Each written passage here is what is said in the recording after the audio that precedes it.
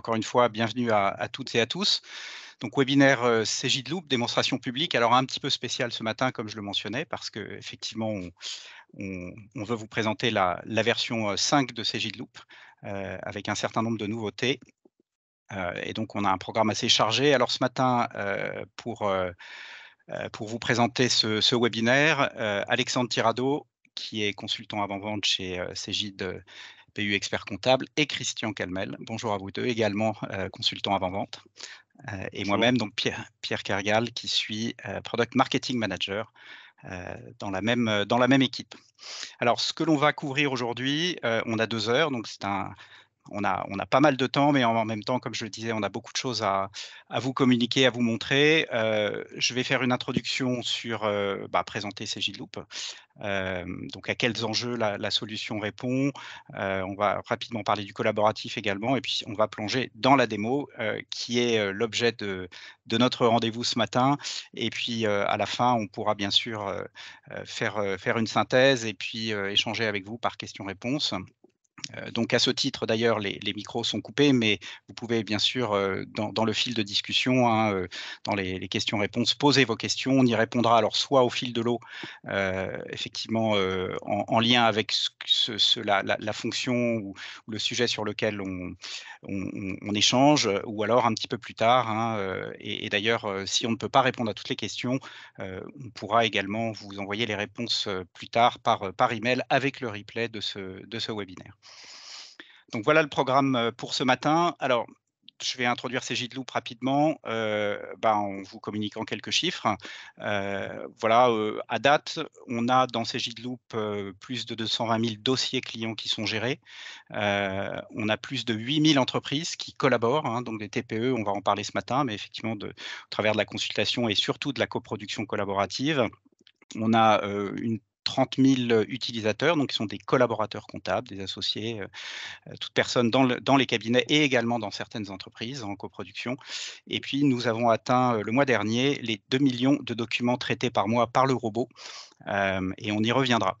Alors, une autre manière de regarder ces chiffres, depuis 2022, donc à date, effectivement une forte croissance et on remercie nos clients de leur confiance, plus 30 de clients, par rapport à l'année dernière, plus 46 de dossiers gérés dans Cegidloop, près de 30 de collaborateurs en plus et puis une satisfaction client, qui a été doublée. Effectivement, on mesure, au travers des contacts avec notre équipe support, la satisfaction client et on est très heureux de votre participation à tous ces questionnaires et du fait que ça nous permet de nous améliorer, pour votre bénéfice. Alors quelques références clients de Cegidloop ici. Ce qui est intéressant, c'est que Cegidloop est une solution en fait qui s'adapte à toute taille de cabinet, donc un cabinet, «monoposte» entre guillemets avec un expert comptable. Je pense à Link ID notamment dans le sud et puis, certaines des grandes sociétés, des grands cabinets d'expertise comptable. Donc tout le spectre de la profession utilise Cegidloop pour,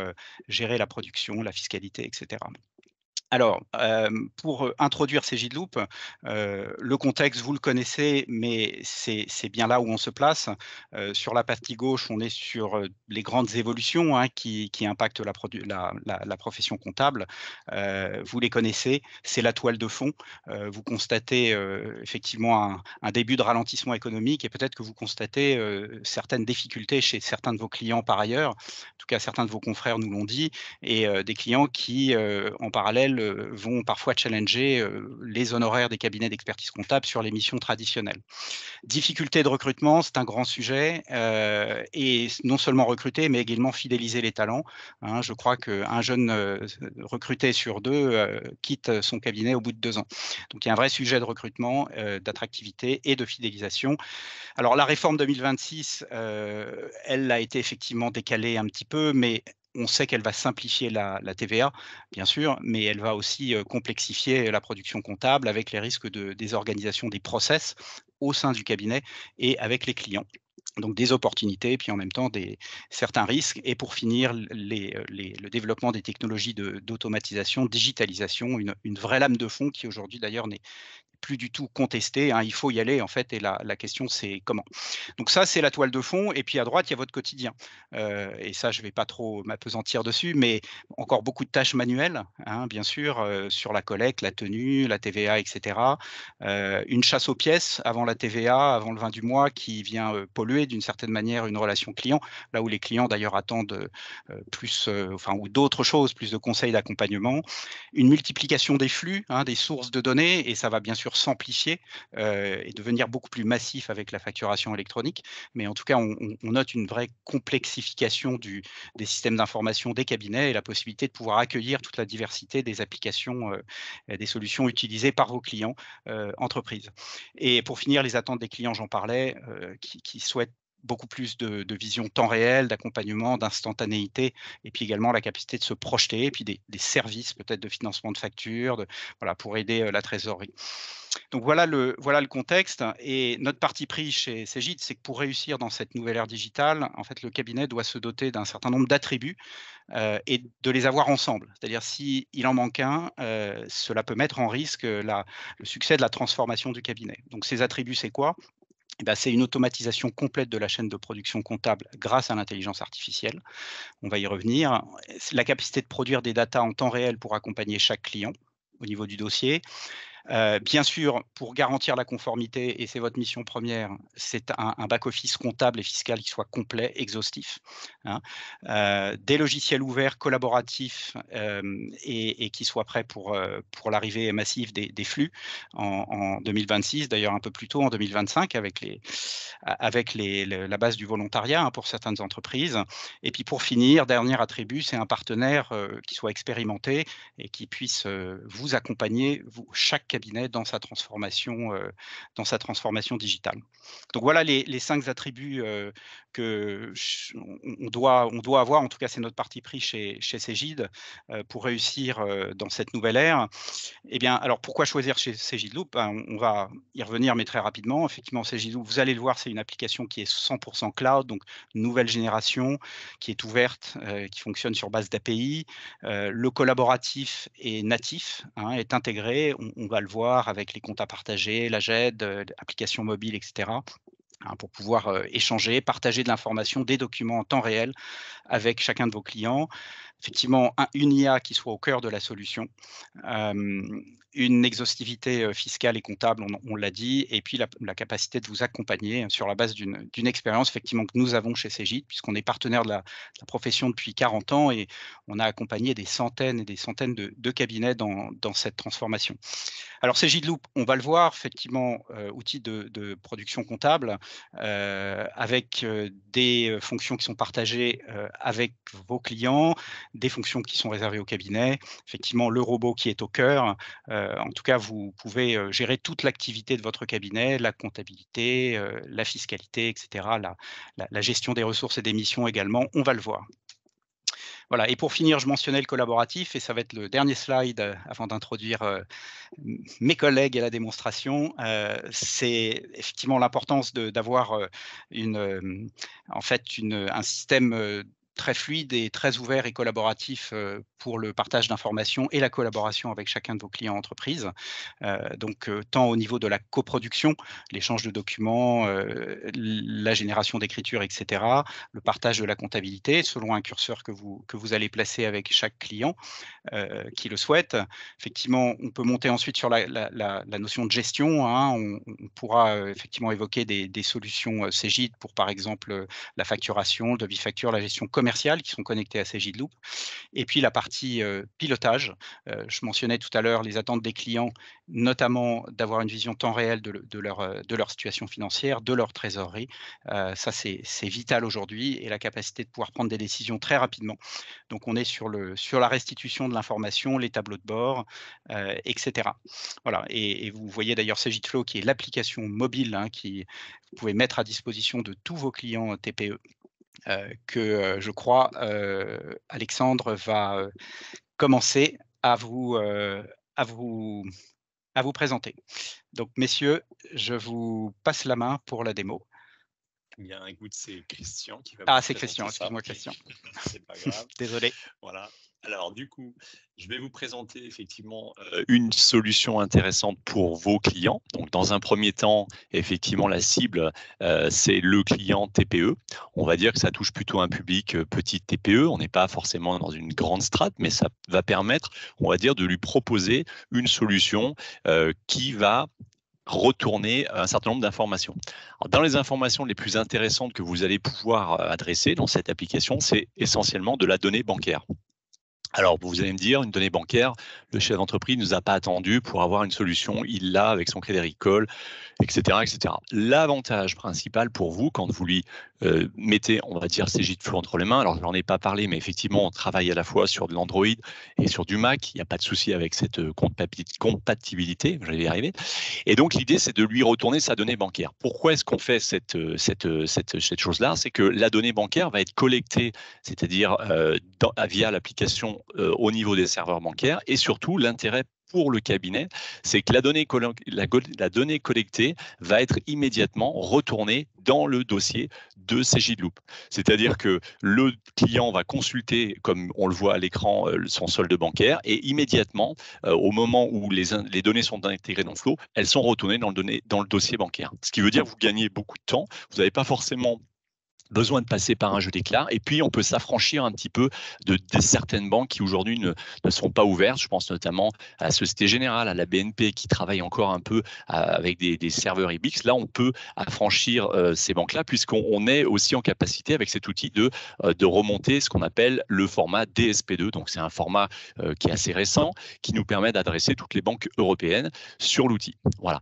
À partir de là, qu'est-ce que l'on peut proposer? Donc, la première des choses, je vais vous l'afficher. Donc, ça va être le relevé au quotidien. Donc là, ça n'a rien de bien spécial, hein. Je vais retrouver toutes mes données bancaires. À la différence près, par rapport à une application bancaire, vous voyez que vous avez des petits carrés avec un point d'interrogation. Et puis d'autres qui ont déjà, par exemple, je vois alarme et puis je vois AV, une petite catégorisation. En fait, ce sont des tags. Et tout simplement, ce que je ne vous ai pas dit tout à l'heure, c'est qu'effectivement, la donnée bancaire est retournée sur votre dossier. Et derrière, le dossier Loop va faire le travail de lettrage. C'est-à-dire que le lettrage que vous allez associer entre le mouvement bancaire et le mouvement d'achat et des ventes va être retourné sur l'application. C'est ainsi que votre client, quand il va consulter sa banque, il va voir effectivement, par exemple, là, on voit qu'il y a une alarme à 36 000 €, c'est un peu cher l'alarme. Il va prendre tout simplement ici il va avoir la possibilité de percer. Donc là, quand je vais pouvoir rentrer dans la petite vignette des 36 000 €, il va pouvoir savoir instantanément à qui a été adressé ce paiement. Donc là, c'est un règlement de 36 000 et effectivement un peu plus bas, vous allez le voir, vous allez avoir, on va dire, les pièces jointes qui sont ici. Ça concerne deux factures, puisque le lettrage de la facture de 36 000 concerne deux règlements qui ont eu lieu. Et du coup, vous allez pouvoir percer, c'est-à-dire rentrer dans la donnée et rentrer dans le PDF qui est rattaché à l'écriture comptable. Vous voyez, vous avez deux justificatifs. On le voit là, alarme, deux justificatifs. Ça vous permet de consulter sans avoir besoin de l'expert comptable pour rentrer dans le dossier, sans avoir besoin de personne. Le client est autonome et il n'est pas en train de vous demander pourquoi j'ai 36 000 qui m'ont été débités, à qui ça a été adressé, etc., etc. Il est vraiment maître, on va dire, de sa comptabilité pour la partie bancaire. Ça justifie également le fait que vous devez être à jour, mais ça, on vous en parlera. Maintenant, on n'a plus vraiment besoin d'être à jour puisque ça va être la partie robotisation qui va nous permettre justement d'être à jour de notre lettrage également. Et puis, d'autres informations qu'on va pouvoir retrouver, notamment une très intéressante. Dans la slide en haut à droite, vous avez la marque on vous doit. Donc, on vous doit 163 000, ça commence déjà à faire. Et là, c'est pareil, vous allez de permettre, on va dire, à votre client d'avoir une certaine autonomie. Alors, moi, je projette, excusez-moi, je projette d'un smartphone sur un TeamViewer, donc à quelques secondes de décalage. Vous avez ici donc l'ensemble des factures. Donc, la machine va rentrer dans le journal des ventes, elle va aller regarder toutes les échéances. Entre parenthèses, échéances, c'est pas au collaborateur de le saisir. Ça sera saisi par le robot, on le verra tout à l'heure. Et donc, le client, vous lui rendez un peu d'autonomie, puisque là, tout seul, tranquillement, le soir, quand il a fini sa bonne journée de travail, il va pouvoir faire ses relances et il est autonome. Il va pouvoir envoyer directement des relances depuis, souvent je le dis, depuis son canapé, mais c'est à peu près ça. Hein. On va pouvoir travailler depuis l'application en toute tranquillité sans ouvrir un ordinateur. Parce que souvent, vous avez des clients qui n'ont pas forcément l'appétence pour un ordinateur. Par contre, vous leur donnez en main un smartphone, ils sont très contents de ce genre entre guillemets, de nouvelles techno. Voilà, après, vous devez, c'est le même principe. On a aussi également quelques analyses et puis des tableaux de bord. Donc là, vous avez le chiffre d'affaires. Vous pouvez remonter le chiffre d'affaires qui va être en comparatif 2022-2023. Vous pouvez le mettre sur un mois. Si vous voulez percer un petit peu plus, vous pouvez aller dans l'analyse. Vous allez pouvoir vérifier qu'en novembre, vous avez eu un certain nombre de dépenses, de recettes. OK. Et les dépenses, comment elles ont été catégorisées. Alors, on s'est mis à la place du chef d'entreprise qui ne connaît pas ce que c'est qu'un compte de la classe 6 ou de la classe 7, peu importe. Par contre, on lui a expliqué que la catégorisation, c'était achat d'études, matières premières, etc., etc. Donc ça permet tout simplement d'avoir une vue, on va dire, de gestion, pas de comptabilité. C'est ce qui souvent séduit un peu le chef d'entreprise. Vous lui parlez avec un vocabulaire plus simple, du moins qu'il a l'habitude, on va dire, d'avoir. Dernière chose, et pas des moindres, cet outil-là va pouvoir également envoyer les documents directement sur notre robot dont vous parlera tout à l'heure Alexandre. Il faut savoir que vous avez en haut à droite une petite pièce ajoutée. Alors on va le tester quand même en direct. J'aime pas faire ça en direct, mais on va quand même le faire. Je vais appuyer sur l'appareil photo.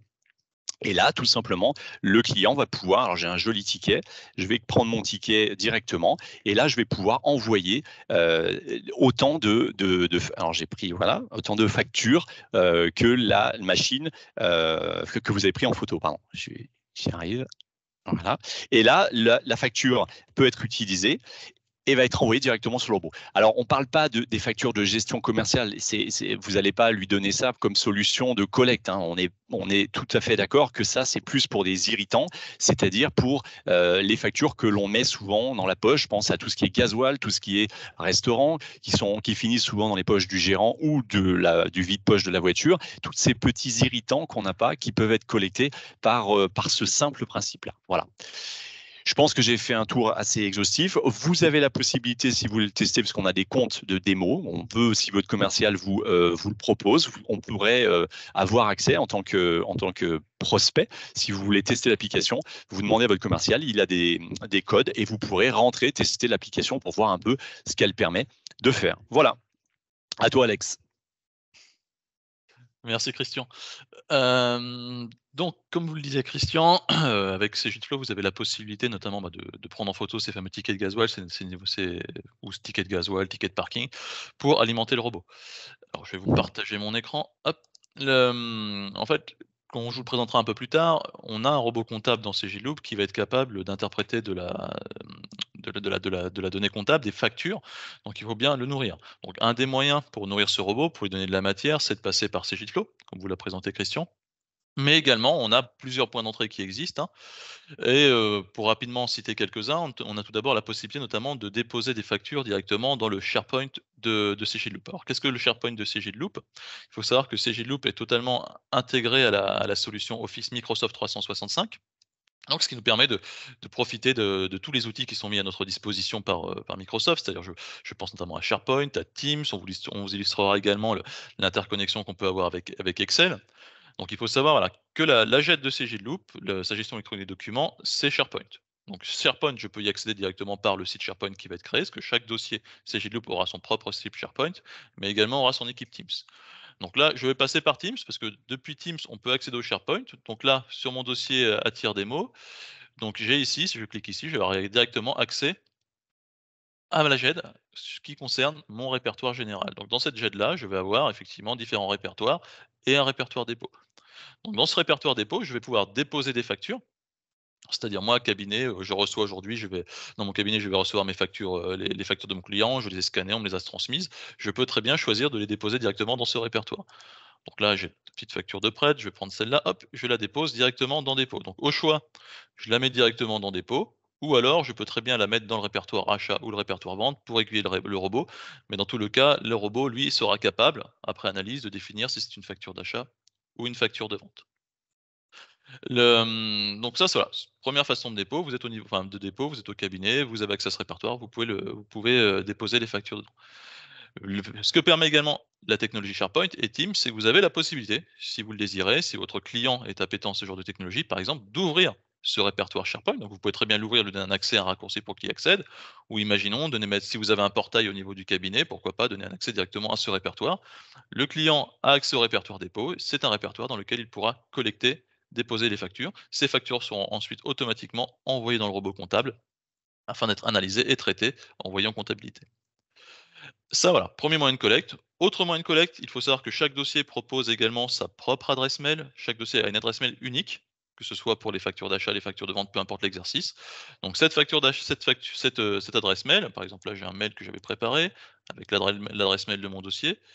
Je vais prendre, hop, ma facture, la deuxième que j'avais là, je l'envoie directement par mail. Je fais envoyer, hein, pas besoin de mettre de formule de politesse, hein, c'est une adresse mail à destination du robot. Il y a personne derrière qui va lire le mail, hein, j'insiste bien, c'est vraiment un mail pour le robot, hein. Si vous donnez cette adresse mail à votre client, s'il vous demande de le contacter par cette adresse mail, vous ne le verrez pas passer. Mais effectivement, c'est également une adresse mail que vous pouvez partager au client. Donc c'est soit le client, lui, envoie directement ses factures par cette adresse mail-là, ou autre cas, imaginons, il vous envoie les factures à votre adresse mail, vous faites juste un transfert et ça part automatiquement dans l'outil de production comptable dans Cgidloop.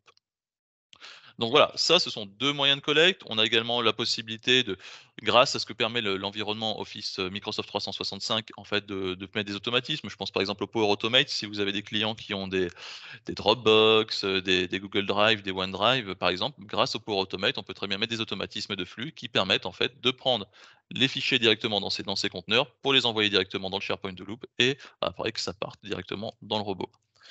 Et il y a également la possibilité de collecter via API. Alors qu'est-ce que j'entends par API? Ce soit les API vraiment pures de Loop, les API publiques, hein, c'est-à-dire là, ça nécessite du développement, ou les API qui sont utilisées par nos partenaires.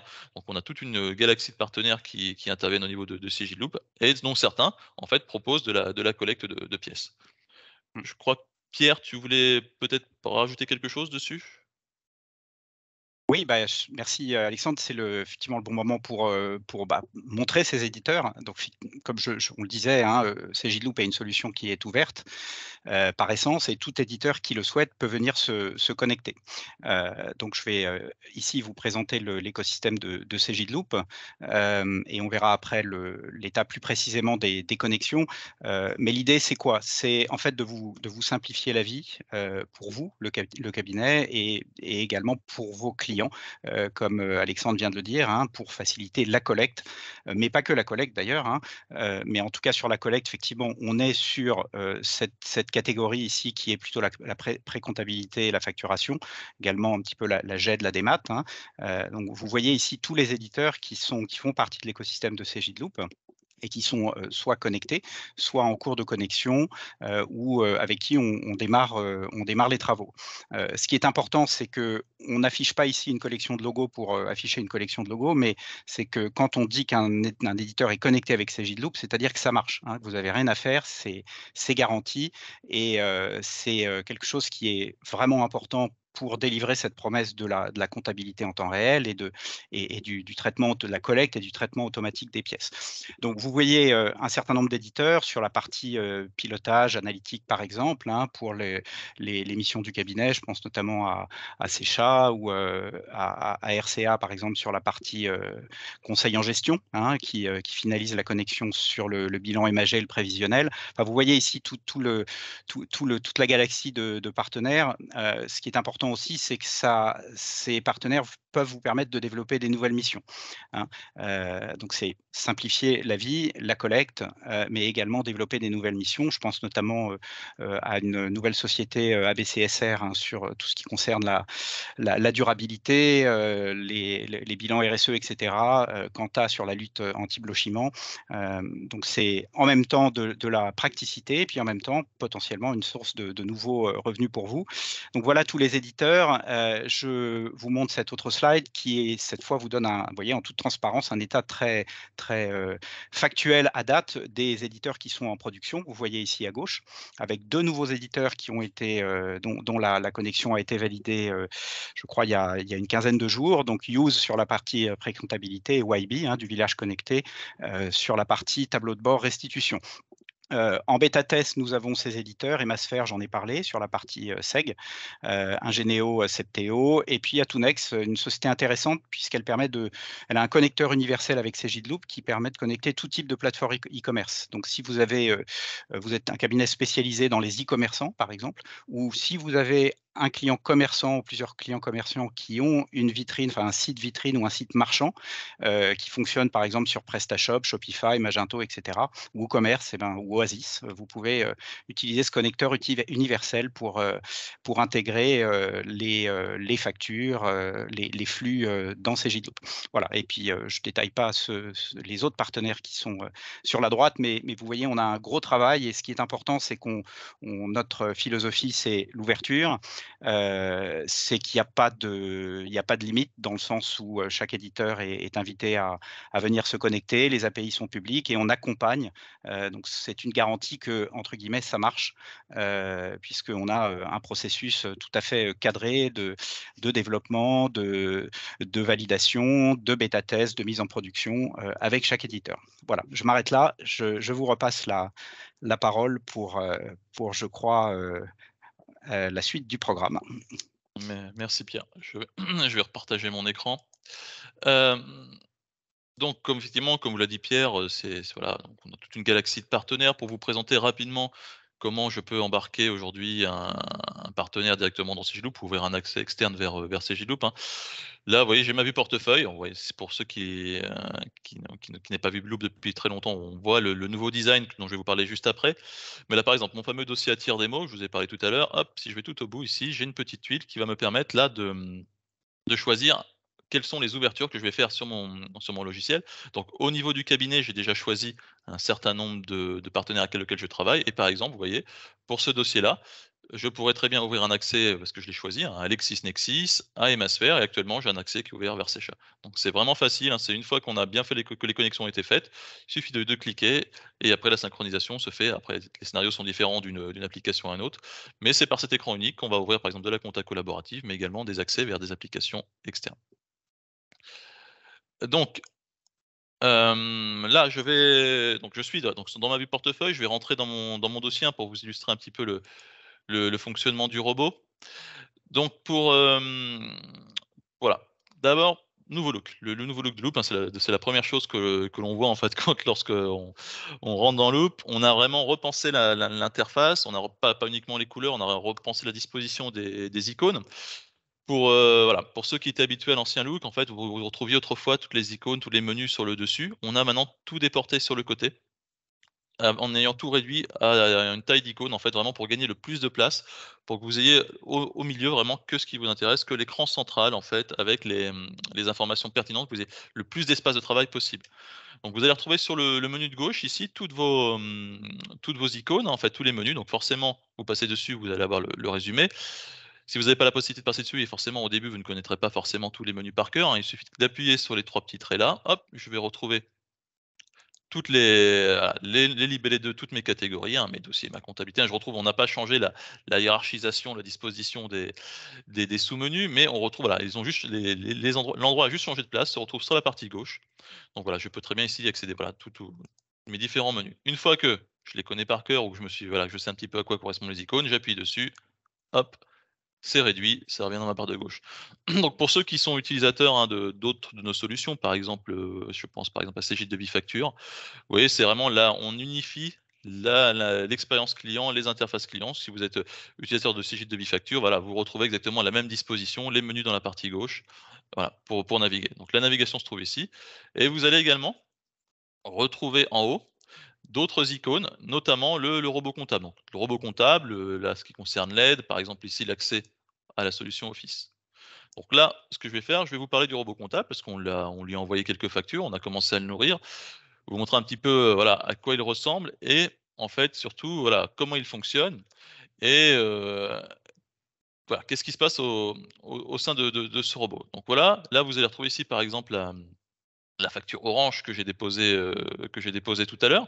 Donc vous avez ici toute la liste des factures en fait qui ont été déposées, qui ont été collectées par le robot. Donc il faut savoir que le robot a 2 façons de fonctionner. Il fonctionne soit en mode automatique ou en mode attendez, excusez-moi, j'ai cliqué sur le mauvais bouton, ou en mode semi-automatique. C'est-à-dire en mode automatique, c'est lorsque le robot est sûr de sa proposition, qu'est-ce qui va se passer? En fait, il va lui prendre la décision d'envoyer l'écriture directement en comptabilité et sans que vous n'ayez aucune action à faire. En mode semi-automatique, c'est le robot, toutes les factures que vous allez déposer, elles vont arriver dans le robot et c'est lui qui vous demandera, même s'il est sûr, de valider l'écriture. Alors, c'est vrai qu'on encourage effectivement en passer en mode automatique, mais vous pouvez à n'importe quel moment passer d'un mode à l'autre. Donc, peut-être dans un premier temps passer en étant en mode semi-automatique. Une fois que vous vous rendez compte que le robot fait des bonnes prédictions, que ça vous convient, vous passez en mode automatique pour lui laisser la main. Mais le but vraiment, c'est de mettre en place le plus d'automatisme possible pour que le collaborateur, lorsqu'il arrive dans son dossier ECG Loop, n'ait qu'à traiter ce que le robot n'est pas capable de faire. Voilà. Donc si là je regarde un petit peu ma panière en fait, toutes mes factures, je vais retrouver ici, voilà, donc différentes informations. Donc c'est moi qui ai choisi la disposition. J'ai voulu mettre d'abord le tiers, puis le compte, puis les dates de dépôt. Donc je défile et vous voyez ici, j'ai différentes informations. Il me dit à vérifier ou à valider. Donc ça, c'est notamment par rapport au niveau d'apprentissage du robot. C'est que le robot est capable d'apprendre, il est capable également de s'auto-évaluer. Ce qui veut dire que lorsqu'il est sûr, par exemple, vous voyez ici cette fameuse pige, la tuile à valider qui est en bleu. Si j'avais activé l'automatisme sur mon dossier, ce que je désactivais là pour illustrer le fonctionnement du robot, si j'avais activé l'automatisme au moment où cette facture est arrivée, elle serait partie automatiquement en comptabilité sans que j'ai aucune action à faire. Voilà. Ce qui est en bleu, c'est qu'il vous demande encore votre avis. Donc votre avis va vous le demander peut-être forcément le premier mois pour confirmer un petit peu sa proposition. Et les mois suivants, il aura pris de vous. Et au fur et à mesure, vous aurez de moins en moins de pastilles bleues, vous n'aurez que des pastilles vertes. Et si vous avez activé l'automatisme, vous n'aurez même plus ces pastilles vertes parce que, comme je vous l'ai dit, ça partira directement en comptabilité sans aucune action de votre part. Petite précision également, si je clique ici, on va voir les différents filtres du robot. Le robot aujourd'hui est un robot comptable qui est capable d'interpréter des factures, créer des écritures bancaires, enfin des écritures des écritures comptables d'achat ou de vente en fonction des factures, mais il est capable également de reconnaître d'autres types de documents. C'est-à-dire, là, vous voyez, j'ai différents filtres. Si jamais je dépose une carte d'identité, une carte vitale dans le robot comptable, il ne va pas créer une écriture comptable avec, mais il va être capable de savoir, OK, c'est une carte vitale, c'est une carte d'identité. Dans ce cas-là, qu'est-ce qu'il va faire? Il va prendre ce fichier-là, ce document, et aller le classer automatiquement dans la GED. Donc dans la GED de Loop, vous avez par exemple, je pense une arborescence concernant le social. Qu'est-ce qui va se passer? La carte d'identité et la carte vitale, ça sera déposé dans le répertoire de la GED qui correspond à la partie sociale. Voilà. Aujourd'hui, le robot ne crée effectivement que des écritures qu'avec achat et vente. Le reste, c'est que du classement. Petite subtilité quand même, si jamais vous déposez un cabis dans le robot de Loop, si jamais l'adresse a changé, on vous proposera de mettre à jour l'adresse de votre dossier. Il est capable d'aller lire l'adresse dans le cabis pour dire: «OK, l'adresse est différente de l'adresse du dossier». Dans ce cas-là, il faudrait la mettre à jour. Voilà. Voilà la petite différence. Donc ça, voilà, donc le robot, ça arrive ici, donc et il est, comme je vous disais, il est capable de s'auto-évaluer. Donc je vous parlais avant de rentrer dans le détail, je vous parlais de l'automatisme pour montrer que c'est quelque chose de très facile à activer. Si je clique ici, je vais dans les paramètres de Loop en bas à gauche, je vais dans PIA et on va retrouver ici, voilà, le paramétrage du robot. Vous voyez, le paramétrage est très succinct. Tout l'avantage de se baser sur des technologies de machine learning et d'apprentissage, c'est que vous n'avez pas de choses à paramétrer. C'est qu'il va apprendre de vos usages, de comment vous allez manipuler l'outil pour savoir, par exemple, quel compte de charge affecter. Vous n'avez pas de compte de charge à remplir par rapport à votre fournisseur ou à votre client. Donc, on retrouve ici rapidement la fameuse adresse mail que j'utilisais pour envoyer ma facture. On peut définir un journal d'achat, un journal de vente. Alors ça peut être intéressant, imaginez par exemple si vous voulez vraiment distinguer ce qui passe par le robot, vous faites un journal d'achat ou un journal de vente dédié au robot afin d'isoler les écritures du robot. Le compte de TVA déductible, c'est totalement facultatif, parce que le robot il est capable, lui, de reconnaître le taux de TVA par rapport au paramétrage que vous avez fait dans votre dossier. Voilà, donc on peut le renseigner, c'est si jamais dans un scénario, il n'arrive pas par rapport au paramétrage de votre dossier de vous proposer un compte de TVA déductible, il vous proposera en dernier recours ce champ-là, mais c'est totalement facultatif. Le seuil d'affectation, c'est intéressant, c'est à partir de quel montant le robot va créer le fournisseur ou le client. C'est-à-dire, là, si je suis en dessous de 50 €, qu'est-ce qui va se passer? C'est que le robot, lui, ne créera pas le fournisseur en dessous de 50 €. Il me mettra sur un fournisseur ou un client divers. Voilà. Donc ça peut être intéressant pour trier tout ce qui est petites factures. On va pas s'embêter pour les petits montants de créer à chaque fois un fournisseur ou un client. Et là, la case à cocher qui permet à tout moment d'activer ou de désactiver l'affectation automatique, la comptabilisation automatique par le robot. Nouveauté qui est venue avec cette version 5.0, c'est le petit onglet frais de déplacement. C'est que vous avez alors la possibilité effectivement, d'affecter ici différents tiers pour des frais de déplacement. Par exemple, imaginez, voilà, si vous voulez pas faire à chaque fois tiers divers et cetera, vous pourriez très bien dire, pour ce qui est des factures de véhicules de gasoil, par exemple, vous mettez ici un tiers, un divers gasoil. Effectivement, le robot passera tout ce qui concerne cette catégorisation, les catégorisations qui sont ici, sur le tiers que vous avez affecté. Voilà. Si jamais vous ne choisissez pas de remplir ici des comptes d'affectation par défaut, si le montant arrive en dessous du seuil, ça partira automatiquement sur un tiers divers. Voilà. Donc ici, vous avez la possibilité, vous choisissez le tiers que vous voulez affecter à chacune des catégories. Donc voilà, nouveauté. Je retourne dans mon robot. On va rentrer un petit peu dans la facture. Je vais notamment descendre dans ma facture Orange, la facture Orange que j'ai déposée. Je vais double-cliquer dessus et on va voir un petit peu comment le robot a travaillé. Donc vous voyez tout d'abord, en haut, il va récupérer toutes les informations qu'il va pouvoir voir au niveau des informations, on va dire, autres que comptables de la facture, que ce soit la date d'écriture, la référence. Il est également capable d'aller récupérer le fournisseur. Donc le cas présent, il me dit: le fournisseur existait dans le dossier, donc il a été capable de le reconnaître, grâce notamment à son numéro de sirène ou son numéro de TVA. Là, voilà, il le rattache automatiquement à ce fournisseur. Si ce fournisseur n'existait pas, lui, il est capable, grâce au numéro de sirène, il va regarder au niveau de la base nationale sirène.fr, de me faire une proposition, de créer mon fournisseur.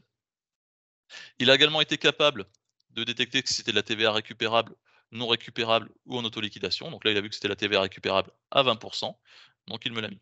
Donc là, voilà, c'est une des améliorations continues. Parce qu'on fait des améliorations continues, on améliore à chaque fois les prédictions du robot. C'est comment il travaille, qu'est-ce qu'il propose. Vraiment, on a vraiment travaillé même dernièrement sur la capacité du robot de reconnaître vraiment les différents statuts de TVA, si c'est de la récupérable, de la non récupérable ou de l'auto-liquidation. Et bien entendu, pour toutes les informations que vous avez ici, vous avez la possibilité de corriger le robot. Vous voyez, c'est pas du dur. Par exemple, imaginez, hypothèse d'école, ma facture Orange, ce n'est pas de la TVA récupérable, c'est de la non récupérable. Je clique ici, automatiquement, vous voyez en haut, en bas, la proposition d'écriture comptable est corrigée. Donc là, pour le coup, je suis bien sur la TVA déductible à 20 %.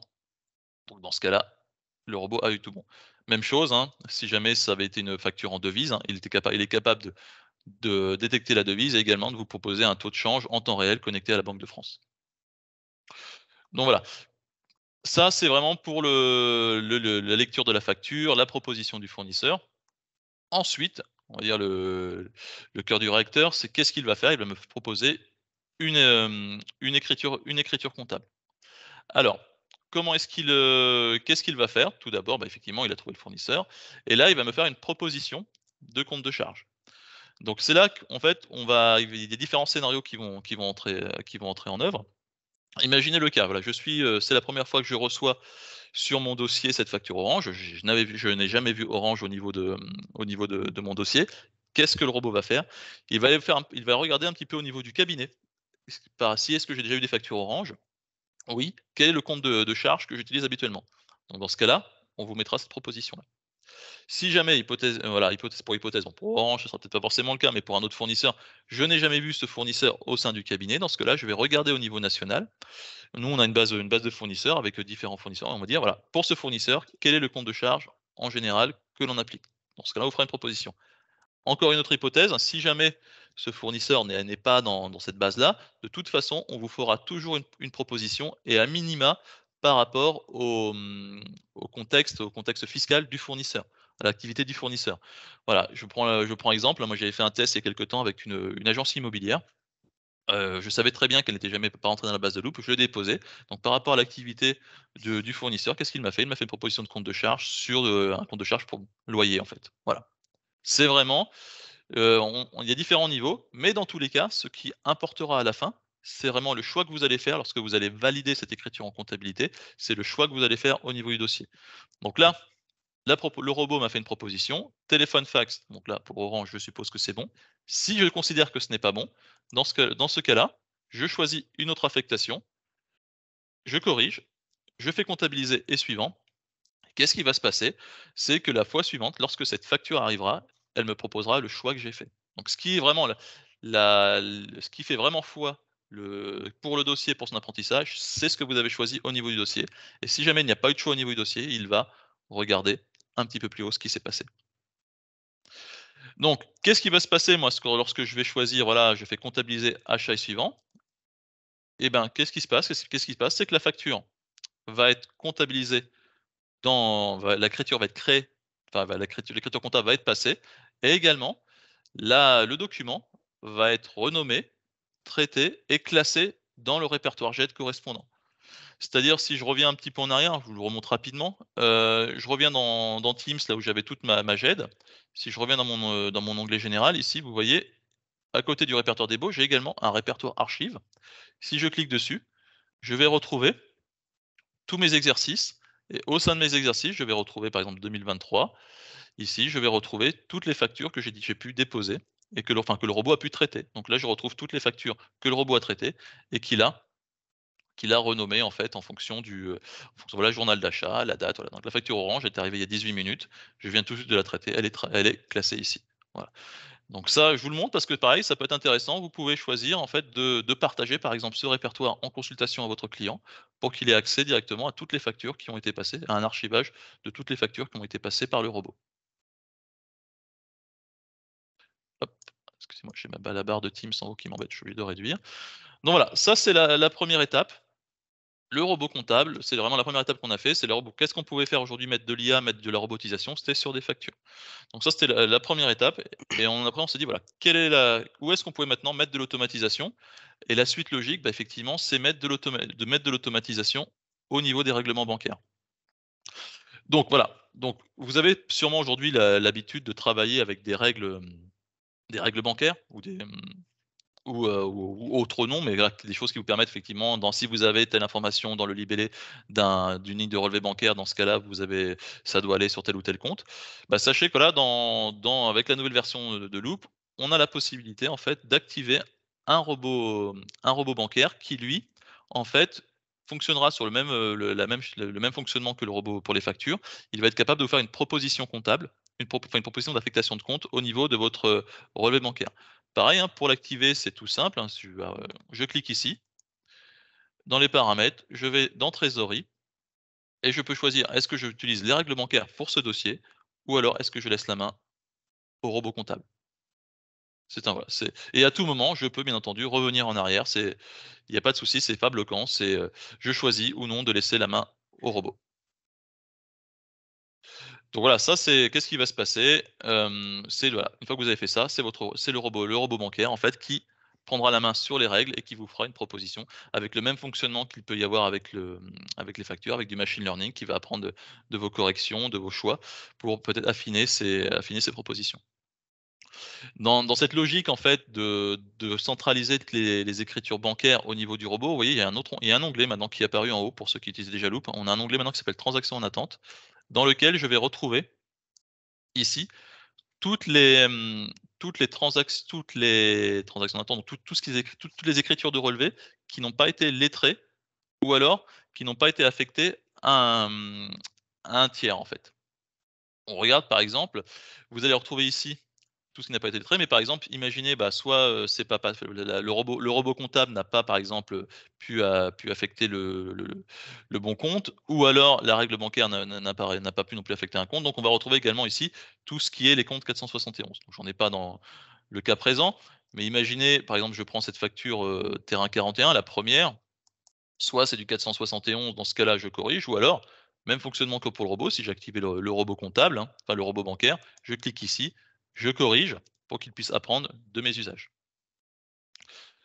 Donc, je retrouve ici vraiment tout ce qui n'a pas pu être vraiment affecté à un fournisseur, ou alors tout ce qui n'a pas pu être lettré. Parce que le but aujourd'hui, effectivement, ce qu'on a activé également avec ces automatismes de part et d'autre des factures et des règlements, c'est activer le lettrage automatique.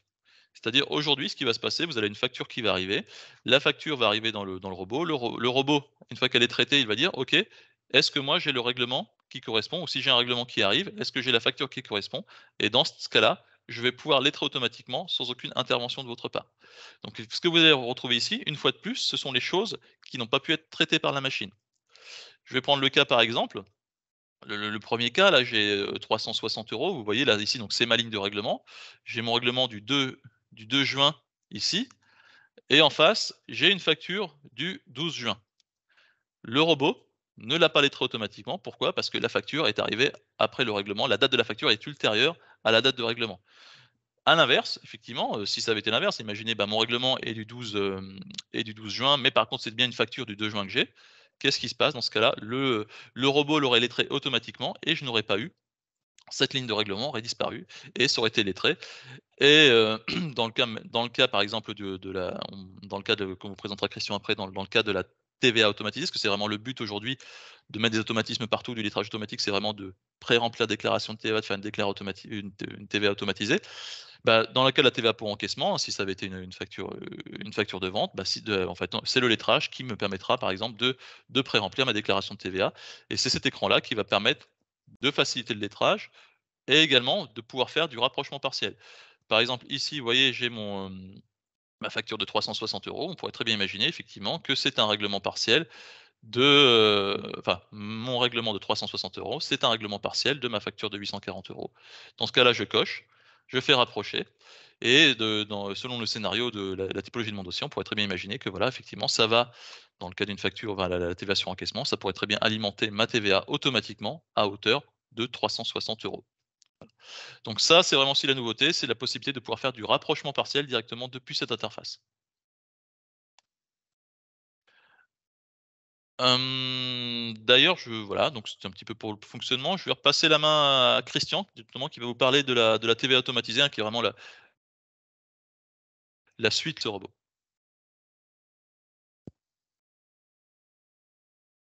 Christian, on t'entend pas, ton micro est coupé. Mais on voit ton écran. Pour savoir si vous suiviez. Donc du coup, apparemment, le fonctionnement effectivement que vous a expliqué Alexandre va nous permettre d'avoir ce qu'on appelle un pré-remplissage de la TVA. Et donc au niveau de CJLoop, vous allez retrouver dans l'onglet qui va traiter ce cas, donc TVA, la possibilité donc à la fois de faire de la TVA sur les débits ou la méthode à l'encaissement. Donc ça, c'est en fonction de votre typologie de dossier. Et lorsque vous allez lancer directement depuis l'application le menu TVA taxe sur la valeur ajoutée qui est en bas à gauche, vous allez atterrir donc sur ce qu'on appelle ici le cockpit de TVA. Donc dans ce cockpit, vous allez retrouver sur la partie gauche l'ensemble des TVA qui ont été déjà effectués dans votre dossier. Et puis dans la partie droite, donc là je suis sur une TVA du mois d'octobre, dans la partie droite, vous allez avoir de la part de Loop différentes infos. Donc ces infos, elles sont vraiment à destination du collaborateur. L'idée, c'est de se dire qu'on est sur de l'automatisme pur, mais on a quand même des choses à vérifier, à valider. Donc ce sera toujours l'humain, si je puis dire, qui aura le dernier mot.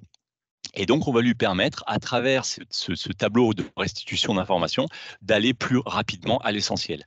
Donc, je vais avoir des vignettes. Cette première vignette, par exemple, document à valider, me signale que j'ai des achats qui sont encore, on va dire, bloqués dans le robot. Alors, pourquoi? Je ne sais pas. Il va falloir que je rentre dedans, puisque ça peut avoir un impact. Une facture qui n'est pas comptabilisée peut avoir un impact forcément sur la TVA. Partie plus basse, les écritures à contrôler, ça effectivement, on va pouvoir relever si on a du 471. Pourquoi est-ce qu'on a du 471 quand on est en train de faire une TVA? Donc, vous savez très bien qu'il faut quand même apurer ces comptes-là, ou du moins aller vérifier ce qu'il peut y avoir dedans. Des comptes de classe 7 sans TVA, ce qui peut être fâcheux pour indiquer le taux, puisque la machine a quand même besoin à un moment donné d'un taux de TVA pour renseigner le montant à déclarer. Donc ça, c'est pareil, il va falloir le résoudre. Côté droit, également, l'historique des documents validés. Donc ça vous donne une idée en fonction du mois où vous êtes positionné, du nombre d'achats et de ventes. Donc, ce sont des graphiques, vous pouvez percer, vous pouvez voir combien il y a de documents. L'idée, c'est de se dire, on sait très bien que d'un mois à un autre, suivant un cycle souvent de saison, mais vous allez avoir toujours à peu près le même nombre de documents. Et donc, si vous êtes, par exemple, sur le cas où je pointe ici sur février, vous voyez que vous n'avez pas l'exhaustivité des factures, donc ça ne sert à rien de vous lancer dans une production de TVA si déjà les factures ne sont pas au sein du dossier. Et puis, le lettrage à contrôler. Alors ça concerne plus les clients qui sont avec une typologie à l'encaissement. Donc, il va falloir aller vérifier si le lettrage est correctement effectué. Là, apparemment, on a un trou dans la raquette. On a 12 écritures non lettrées en client. Donc ça, c'est interdit si vous voulez faire de la TVA sur les encaissements. En bas, un suivi de la trésor qui nous donne à date le montant. Effectivement, on fait non seulement de l'EDI, on va déclarer la TVA au niveau de la DGFiP, mais on va pouvoir faire le DI paiement. Donc, si au niveau du paiement, vous n'avez pas suffisamment d'argent sur le compte, ça peut vous alerter directement. Là, vous voyez qu'on n'ira peut-être pas payer avec la BRA ou le crédit coopératif. En revanche, on est plutôt bien doté sur la première banque. Voilà. Et puis, les TVA déclarés sur les mois précédents, sur le côté droit, qui peut nous permettre justement de vérifier un peu ce qui a été fait par le passé. Ensuite, tout en restant dans le cockpit, vous avez ici des onglets. Donc, le premier onglet, c'est l'onglet déclaration TVA. Donc, ça nous fait apparaître la CA3. Donc, comme on est en mode automatique, je le précise, je ne l'ai pas dit, mais certainement, certains connaissent le fonctionnement. On a un mode automatique dans lequel on est branché. La CA3 sera pré-remplie. Donc là, il nous la positionne. On peut l'imprimer, on peut la télécharger. On peut même, si on le souhaite, l'envoyer par mail à son client, bien évidemment. Ensuite, vous allez avoir, alors dans un dossier qui est normalement tenu correctement, vous n'avez pas d'anomalie, mais là, moi, j'ai quelques anomalies, ce qui me manque certaines pièces, notamment peut-être la ROF ou peut-être un numéro SIRET correct, donc c'est pour ça que j'ai des anomalies qui remontent. Ensuite, un justificatif synthétique et surtout, celui qui va vous intéresser, c'est le justificatif détaillé. Comment a été renseignée ma CA3 ? Pourquoi est-ce que j'ai tel et tel montant ? Vous le saurez en consultant cette page-là, qui est une restitution de tout ce qu'il a pris à droite et à gauche dans tous les journaux datés. Donc, c'est plutôt très bien fait.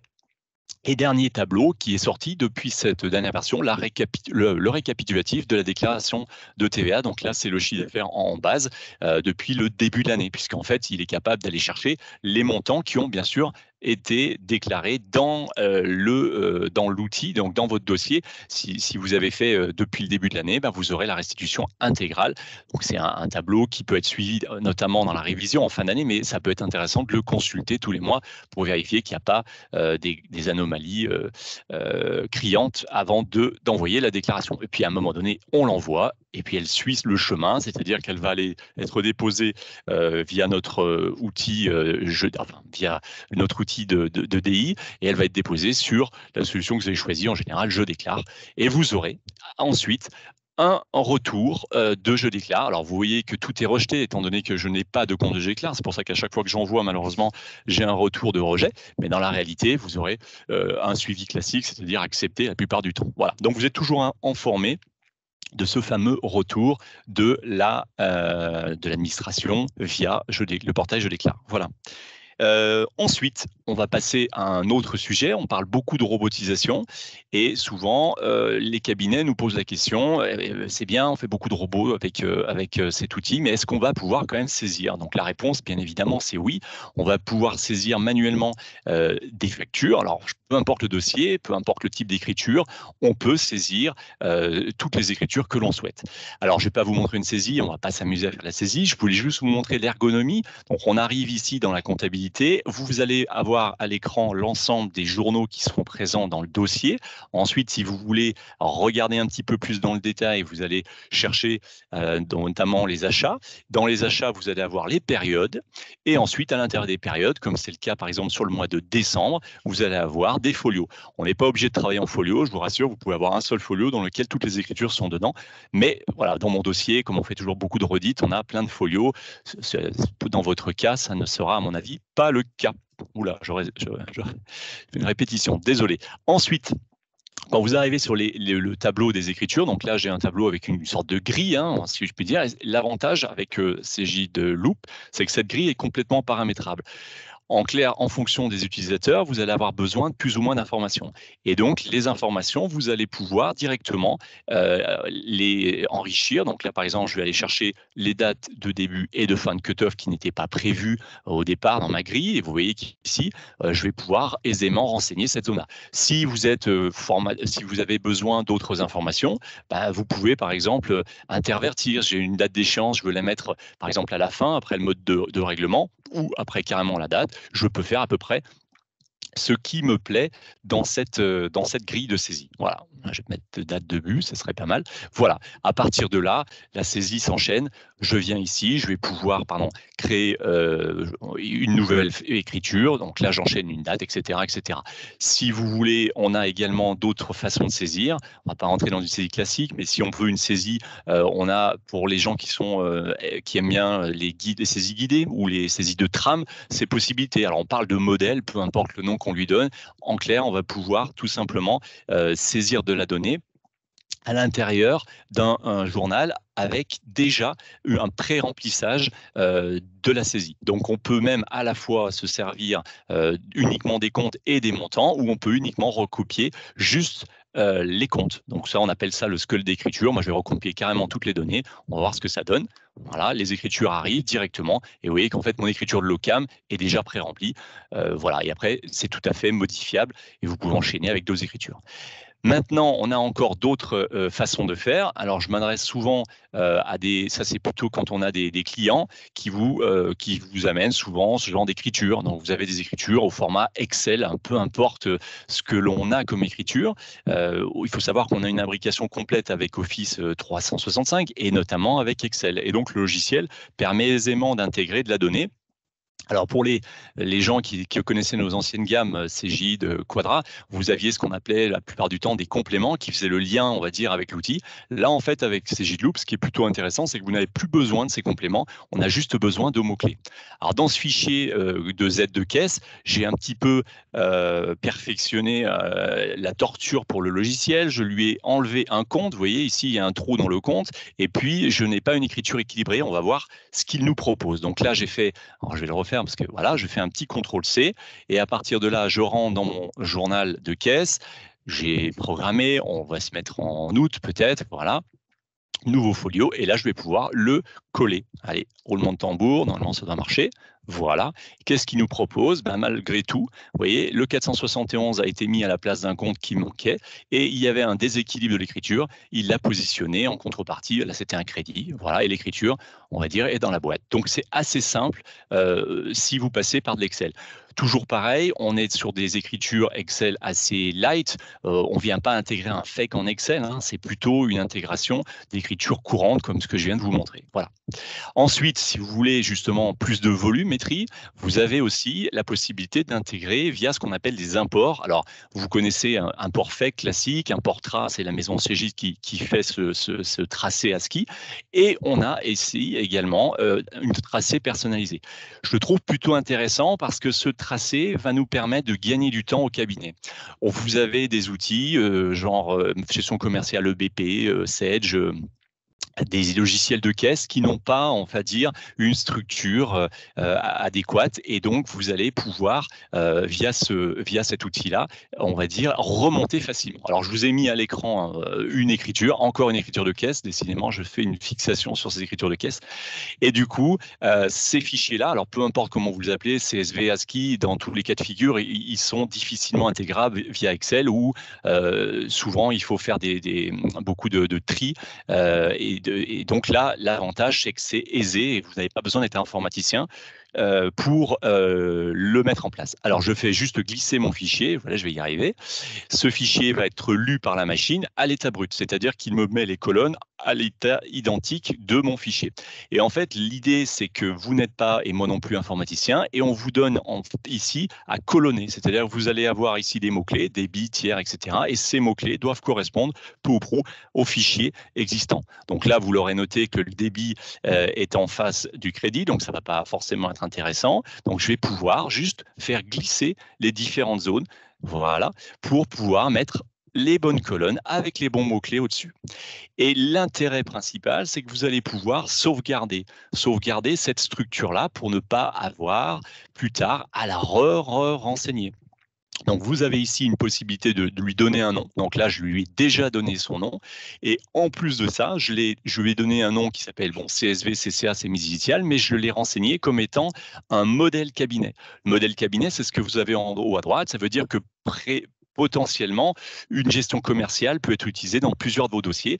Et en fait, vous faites ça une seule fois et dans l'ensemble de vos dossiers, vous pourrez exploiter cette structure-là. Donc, vous voyez, c'est assez simple, on va dire, de le mettre en place. Il n'y a pas besoin, comme on dit souvent, de faire l'informatique. Hein. C'est vraiment aisé d'importer ces données-là à travers ces outils-là. Voilà. Ensuite, pour vous montrer quand même que l'outil a exactement les caractéristiques que vous connaissez sur nos gammes historiques, là, il y a un petit bouton en plus que j'aime beaucoup, vous voyez, c'est l'encours. L'encours, en fait, c'est ce qui va vous permettre pour naviguer un peu plus vite. Vous ouvrez un certain nombre de menus. Moi, ça m'agace toujours, il faut toujours retourner sur les icônes, je ne sais jamais où c'est positionné. En fait, dans une session, je ne me pose plus la question, je viens dans mon encours et puis je picore un petit peu les menus, je reviens dessus, je n'ai pas besoin tout le temps de revenir à la racine pour avoir justement l'information. Voilà. Ensuite, je viens vous montrer donc la consultation des comptes pour vous montrer un petit peu comment ça fonctionne à l'intérieur de Loop. On retrouvera peu ou prou une présentation identique avec que ce soit les clients, les fournisseurs ou les tiers. Donc là, je vais pouvoir filtrer sur les soldés, les non soldés. Donc voilà. Ensuite, une fois que j'ai adressé ça, je peux même demander quels sont les lettrés, non lettrés. Et une fois que j'ai obtenu le compte qui m'intéressait, alors là, je voulais aller dans un compte qui s'appelle, je pense, c'était Locam. Voilà, donc on va aller dans Locam.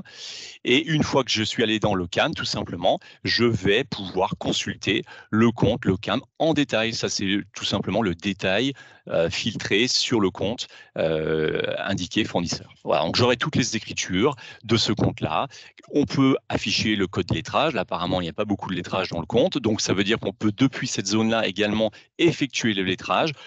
On peut faire un peu plus complexe par référence, par progressif. On peut même saisir nous-mêmes, c'est-à-dire en fait, on va pouvoir, en sélectionnant une ou plusieurs écritures, on peut enchaîner le lettrage. On peut aussi enchaîner ce qu'on appelle des opérations un peu qui sont pour la révision. Donc, on va pouvoir faire du virement de poste à poste ou de la réaffectation également de compte. Dans l'une, vous allez avoir une écriture. Dans l'autre, ça sera invisible pour loader. Voilà.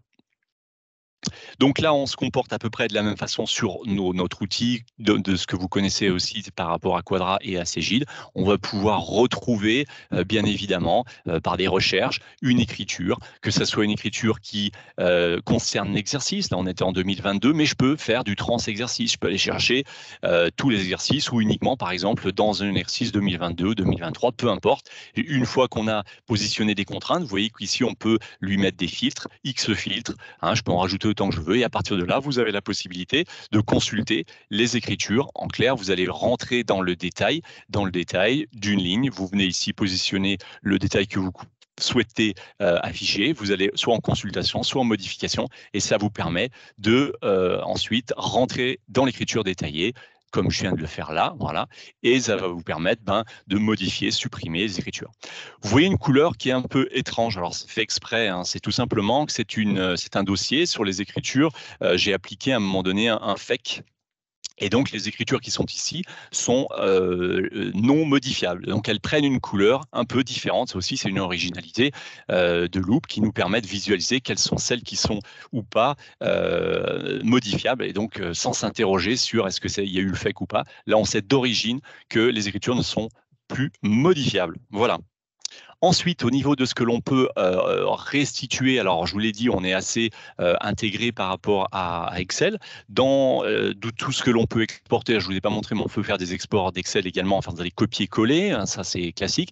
Mais on a aussi un outil qui a été développé qui s'appelle Loop Office Connector. Donc ce Loop Office Connector va nous servir de restitution de la donnée comptable à destination d'Excel. L'intérêt principal, c'est que vous allez pouvoir bien sûr exporter toutes les données que vous souhaitez. Donc là, je vous montre des balances, je vous montre des grands livres, je vous montre également, alors je ne vais pas vous le montrer, si on va y aller, je vais pouvoir faire parcourir des zones de type bilan ou compte de résultats, donc bilan actif, etc., etc. Donc toutes les zones que vous souhaitez, vous pouvez les faire basculer sur Excel. Et l'intérêt principal, c'est surtout que l'on va pouvoir faire vivre ce fichier. À un moment donné, ce fichier, vous allez l'enregistrer, peu importe où, sur votre bureau ou sur l'environnement de Loop. Et ce fichier, grâce au bouton qui est ici, actualiser les liaisons, il va pouvoir tout simplement mettre la donnée à jour. Ce qui veut dire que l'export ou les tableaux que vous allez préparer ne sont pas morts, hein, ils sont vraiment vivants. À chaque fois que vous l'ouvrez, vous mettez la donnée à jour et vous allez avoir directement les écritures qui vont se modifier par cette simple mise à jour. Alors là, j'en profite puisque je ne l'ai pas dit tout à l'heure dans la saisie, mais effectivement, on prévoit la possibilité d'exporter de l'analytique, puisque dans CJ de Loop, on a une possibilité de faire de l'analytique. On est sur, alors on est assez, c'est très le spectre assez large, on est sur 7 axes, qui est quand même assez complet.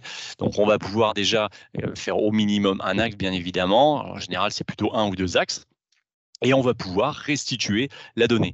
Alors là, je vais juste le borner parce que dans mon dossier, j'ai énormément de données, donc on va éviter de trop exporter. Voilà, je vais essayer de récupérer les données de 2023. J'espère que j'ai pas... Voilà.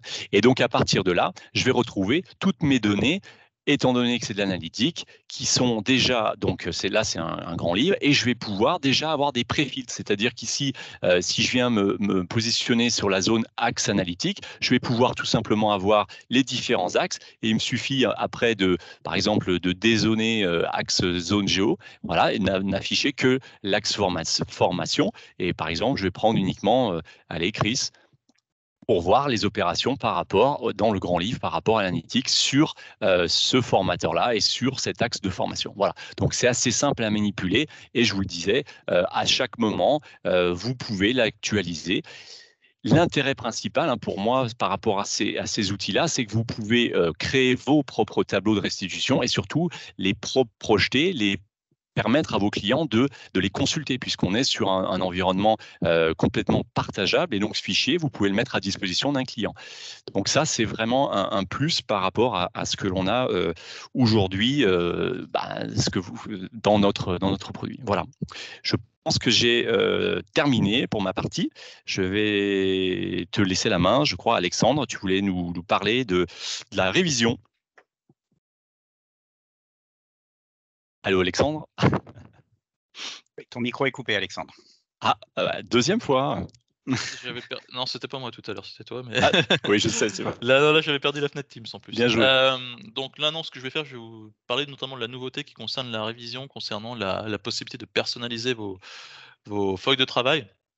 En fait, vous avez la possibilité dans Loop de pouvoir créer, bien entendu, des feuilles de travail de révision personnalisées, c'est-à-dire de pouvoir soit les créer from scratch. Ça peut être un peu compliqué, parce qu'effectivement, il y a toute une nomenclature à voir si vous voulez vraiment avoir la même apparence que les feuilles de travail dans CJ Loop, ou alors, au plus simple, vous pouviez en fait créer entre guillemets une feuille de travail vide avec un document de travail Excel rattaché. Où est-ce qu'on va retrouver ça? Là, la nouveauté, en fait, aujourd'hui, si je vais dans ma vue cabinet, parce que c'est du paramétrage cabinet, au niveau du programme de travail du cabinet, je vais pouvoir choisir, lorsque je vais ajouter si j'ai besoin de faire une feuille de travail personnalisée, je vais pouvoir ajouter, en fait, il va me proposer le choix. Nouvelle diligence, donc là, c'est vraiment la diligence vide que je vais pouvoir créer de A à Z. Ou alors, s'il y a une diligence sur laquelle j'ai l'habitude de travailler, qui m'intéresse, en fait, qui pourrait me servir de base pour une diligence personnalisée, dans ce cas-là, je vais pouvoir la reprendre et la personnaliser. Par exemple, là, si je vais ici, je sais que je vais prendre une relativement simple hein, pour un petit peu pour vous illustrer comment ça fonctionne. Je vais aller voir la E05 sur les justifications de compte client créditeur significatif. Je clique dessus, je fais OK, je veux qu'elle me serve de base. Donc je la crée. Vous voyez ici, elle apparaît là. Donc là, je vais pouvoir changer le cycle, hein, changer la position, bien entendu la renommer. Pareil, l'objectif, effectivement, vu que c'est une feuille personnalisée pour le cabinet, je vais pouvoir changer l'objectif. Donc le premier onglet, comme Christian vous montrera quand il vous présentera la révision, où est-ce que ça se trouve? Et par exemple, on sait que pour cette feuille-là, par exemple, vu que le scénario est assez simple, hein, si je vais dans les fourchettes, on sait par exemple que je vais ratisser tous les comptes 419. On pourrait très bien imaginer, moi, c'est l'apparence de cette feuille de travail, son fonctionnement qui m'intéresse, mais ce que je veux, c'est changer de fourchette. Donc là, je peux changer de fourchette de compte. Je choisis le ratissage, je la corrige, je l'ajoute et je peux ensuite l'ajouter à mon programme à mon programme de travail. Et bien entendu, je peux bien entendu l'accompagner, si je le désire, en plus d'une pièce jointe, par exemple d'un document Excel qui pourrait servir en appui à côté, qui sera reconduit d'année en année lorsque j'utiliserai cette feuille de travail pour tous mes dossiers. Voilà, ça c'est vraiment la nouveauté, c'est vraiment vous faciliter, rendre encore plus simple la création de feuilles de travail personnalisées et pour pouvoir compléter tout le programme de travail que l'on propose dans Cegidloop, hein. Je peux revenir dessus, parce qu'on propose déjà tout un éventail, hein, de feuilles de travail, relativement complet, mais on sait qu'effectivement, en fonction des cabinets, de vos habitudes, effectivement, vous avez besoin d'avoir vos feuilles de travail personnalisées. Donc, une façon de faciliter encore aujourd'hui l'intégration de ces feuilles de travail personnalisées dans Cegidloop. Je te laisse la main pour la suite de la révision, Christian. C'est ton tour, ton micro. Voilà. Là, je l'ai fait exprès. Donc voilà. Du coup, vous devez donc avoir à l'écran, je vais remettre mon bel écran, voilà, tout simplement. Donc vous allez avoir maintenant, au niveau de ce que je présentais, ce que l'on fait aujourd'hui en matière de révision. Alors dans la révision, qui est un menu ici spécifique, on va trouver différents strates. Alors quand on parle révision, on parle souvent dossier annuel, par exemple, mais on a aussi, avant d'attaquer bien en tête notre révision, on a des possibilités par de nombreux cut-offs existants. Alors, dans les cut-offs les plus courants, vous avez les FNP, les CCA. Vous allez avoir dans les derniers qui sont arrivés les créances douteuses, qui a été complètement revu également cette année, les intérêts courants. Et puis, vous allez avoir, si par exemple on fait un tour dans les CCA, donc qui est présent ici, des tableaux qui vont marcher. Je dis bien en fonction de ce que vous avez renseigné, c'est-à-dire en données de saisie, plus ou moins automatiquement.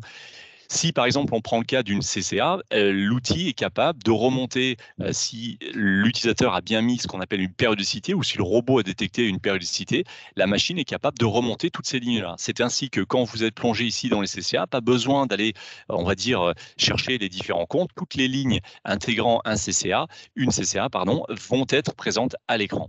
L'intérêt également, c'est que sur la même ligne, vous pouvez consulter la date de début, la date de fin, le prorata qui vous est proposé par la machine, ici 33/64e, et puis surtout, en fin de piste, vous avez le document, ce qui vous évite de retourner dans la saisie. Vous pouvez tout simplement consulter les documents que vous avez mis en pièce jointe de l'écriture et qui sont remontés au niveau du cut-off CCA.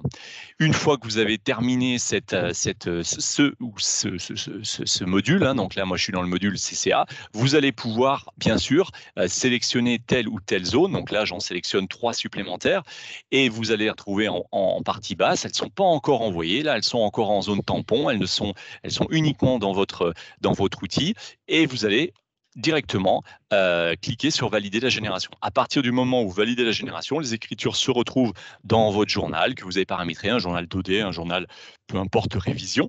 Et l'intérêt également de passer par ces assistants, c'est que ça va mettre à jour notamment les annexes. Là, on va remplir ou ça va pré-remplir la CA20. Donc, c'est tout l'intérêt avant on va dire, de passer dans le mode révision pure, de remplir un maximum de ces différents assistants pour que votre dossier vive plus naturellement, que vous n'ayez pas à revenir en arrière, si je puis dire. Voilà. Ensuite, dans le chemin logique de la révision, vous allez pouvoir descendre une strate plus bas et là on va rentrer dans ce qu'on appelle le programme de travail. Alors peu importe le nom, on va dire qu'on lui associe avec Cegidloop, vous allez avoir 3 vues différentes. C'est exactement le même contenu, mais c'est des présentations différentes qui peuvent, on va dire, en fonction de votre vécu, Cegidexpert, Quadra, Sage ou autre, vous allez pouvoir peut-être être plus intéressé par telle ou telle vision du programme de travail. Donc là, moi, je rentre dans la version, on va dire, la plus basique. Et après, on ira voir juste comment sont présentés les 2 autres. Mais ce que vous faites à l'intérieur d'un cycle va se retrouver également dans les autres vues, hein. C'est vraiment le même outil présenté d'une façon différente.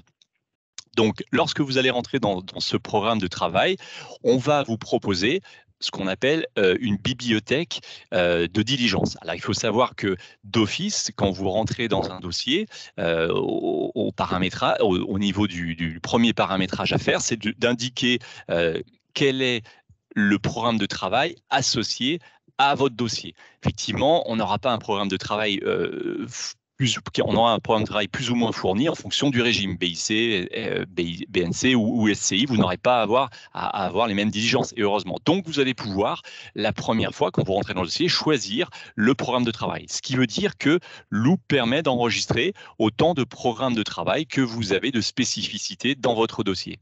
Ce qui veut dire que vous allez, en fonction du dossier, chercher les différentes diligences qui vous intéressent pour les rattacher au cycle, de sorte à ce que vous ayez la révision qui correspond le plus au dossier.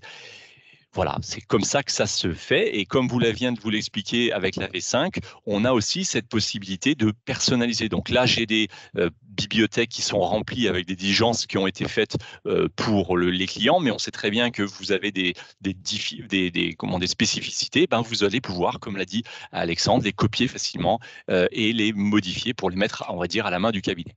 Donc rapidement, vous allez avoir les différentes synthèses les différents cycles, excusez-moi. Dans les différents cycles, ça se comporte de la même façon. Vous allez avoir en première page les synthèses, et puis vous allez avoir des diligences. Dans les diligences les plus, on va en ouvrir une juste pour se faire plaisir, dans la lutte contre le blanchiment. Donc celle-ci est un questionnaire, puisqu'on est dans la synthèse du cycle A, donc on ne parlera pas de ratissage de compte, mais on va être plutôt sur de l'information à donner. Donc vous allez retrouver ici des onglets. Donc dans l'onglet contrôle, vous aurez toujours ce qu'il faut faire. Donc là, c'est répondre tout simplement à ce questionnaire. Vous aurez toujours également des points d'attention que vous pourrez donc reconduire dans les années suivantes. Ça, c'est pratique. Vous avez des points en suspens qui vont eux-mêmes être rattachés au millésime. Donc là, on est sur un millésime 2022. Donc, ce sont tous les points d'attention sur lesquels vous allez justement vouloir interpeller votre N+1. Et du coup, ce point en suspens va remonter également en synthèse de cycle. Et puis, bien évidemment, pour justifier, vous allez pouvoir glisser X feuilles, PDF, Excel, Word, peu importe le type de document que vous souhaitez adresser. Et enfin, des conclusions ou une conclusion qui vont bien sûr remonter possiblement sur le cycle. Donc là, on était sur le synthèse de cycle, sur le cycle A, décidément. Je vais me baser ici, par exemple, sur le contrôle de TVA, la H002, et là, on verra tout de suite qu'on n'est plus du tout sur de la réponse, hein. On est vraiment là dans du dur, dans des comptes, et donc c'est un tableau. Ici, c'est le fameux tableau que je retrouvais tout à l'heure, hein. C'est le tableau final de la TVA quand on est en fin de période, qui va aller chercher le contrôle en base, qui va mesurer justement s'il y a eu ou pas des opérations des TVA qui ont été déclarées par l'outil. Et ensuite, vous allez avoir en bas les écarts de TVA. Donc, ce tableau existe déjà. Donc, vous le faites souvent sur Excel. Vous pourrez le faire sur Excel, mais l'idée, c'est quand même de travailler à l'intérieur de l'outil. Donc, c'est pour ça qu'on l'a remonté, parce que c'est une demande constante. Tout à l'heure, on parlait des CCA. Pourquoi pas? On était ici dans nos CCA. Les CCA, c'est exactement le même type de schéma. Je vais retrouver dans un premier temps le ratissage de tous mes comptes. Voilà, donc là j'ai des liens hypertextes pour rentrer dans le 601 ou pour rentrer dans le 606, pourquoi pas. Je vais à chaque fois pouvoir mettre sur ces comptes-là, un ou plusieurs commentaires, et je vais à un moment donné pouvoir également le viser. Voilà. Sur ceux qui sont en relation avec les assistants, tout à l'heure c'est pour ça que je suis allé dans les CCA, vous avez en bas de page le justificatif de l'assistant. Donc là vous avez le détail de votre module cutoff qui va tout simplement remonter, ou vous pouvez même faire une incursion directement en cliquant ici sur Cutoff, vous allez vous retrouver dans l'assistant. Voilà. Là, je vais aller chercher pour le mettre à jour parce que entre la première démonstration et aujourd'hui, j'ai dû rajouter un certain nombre d'écritures et j'ai des CCA dans mon dossier, j'en ai pas mal. Donc, c'est pour ça que voilà, il va chercher les dernières CCA. Donc là, vous êtes sûr que votre feuille de recherche des CCA est à jour. Voilà. Dans tous les cas de figure, vous aurez à un moment donné, en tant que collaborateur, à clôturer. C'est-à-dire qu'il faut avancer, hein. Vous êtes obligé d'avancer à un moment donné de votre révision. Donc, vous avez possibilité ici de la positionner comme fait. Donc, ça veut dire que là, en tant que collaborateur, vous ne pourrez plus y retourner. Et du moment que ça a été alimenté, vous allez, je vous montrerai tout à l'heure un super synthèse, ça c'est un indicateur que votre supérieur verra. Donc, on pourra savoir quel est l'état d'avancement de votre module C, enfin de votre cycle C par rapport à l'ensemble de ce qui a été traité. Voilà. Je vous montre rapidement une synthèse de cycle. Donc la synthèse de cycle, hein, on la retrouve sur chaque en-tête. Hein, donc la synthèse du cycle B, la synthèse du cycle C, voilà, et elle se présente de cette façon-là. On a directement la liste des diligences. Donc l'idée, c'est de ne pas regarder le détail. C'est pour ça qu'ici, on a vraiment uniquement des liens verts. Donc, on n'est pas obligé de les ouvrir. On a juste une information et on a des réponses. Est-ce que ça a été fait, que ça n'a pas été fait? Qui, par exemple, qui a fait cette diligence? Je vais pouvoir voir quel est l'intervenant. Donc là, on voit que c'est souvent moi quand même qui intervient sur mes diligences, ce qui est plutôt cohérent. Et puis, sur le côté droit, vous avez également s'il y a des pièces jointes, s'il y a des contrôles qui sont à faire sur les diligences. Les conclusions vont également vous être proposées sous ce format-là. C'est-à-dire que vous allez avoir une liste de toutes les conclusions existantes. Et là, on se place en feuille maîtresse, c'est-à-dire que là, on retourne sur la balance, si je puis dire. On a tous les comptes exprimés sur cette synthèse de cycle A, où on va pouvoir justement voir s'il y a eu des commentaires, si ça a été visé, où on peut à ce moment-là également intervenir. Voilà. Donc ça, c'est une façon de vous montrer le programme de travail.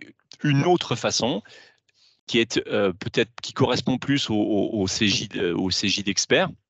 Si on se place ici en feuille maîtresse, donc dans les feuilles maîtresses, vous voyez qu'on n'est pas très loin. On va pouvoir retrouver également l'ensemble des comptes. On va bien sûr se filtrer en fonction des cycles qui nous intéressent. Et à partir de là, ça se comporte de la même façon. C'est-à-dire que vous avez la possibilité de viser, déviser.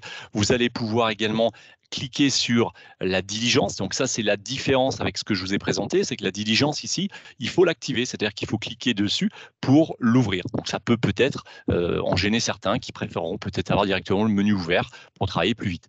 Et puis, on retrouvera aussi la possibilité de voir tout ce qui a été modifié post-visa. On a toujours des collègues qui peuvent peut-être passer derrière certains comptes une fois qu'on l'a révisé, c'est toujours sympathique. Et là, on a la possibilité de vérifier ce qui a été modifié. Voilà, donc ça, c'est une autre façon de faire. Donc la deuxième. Et puis la dernière, alors ça correspond peut-être plus un peu à des publics quadras.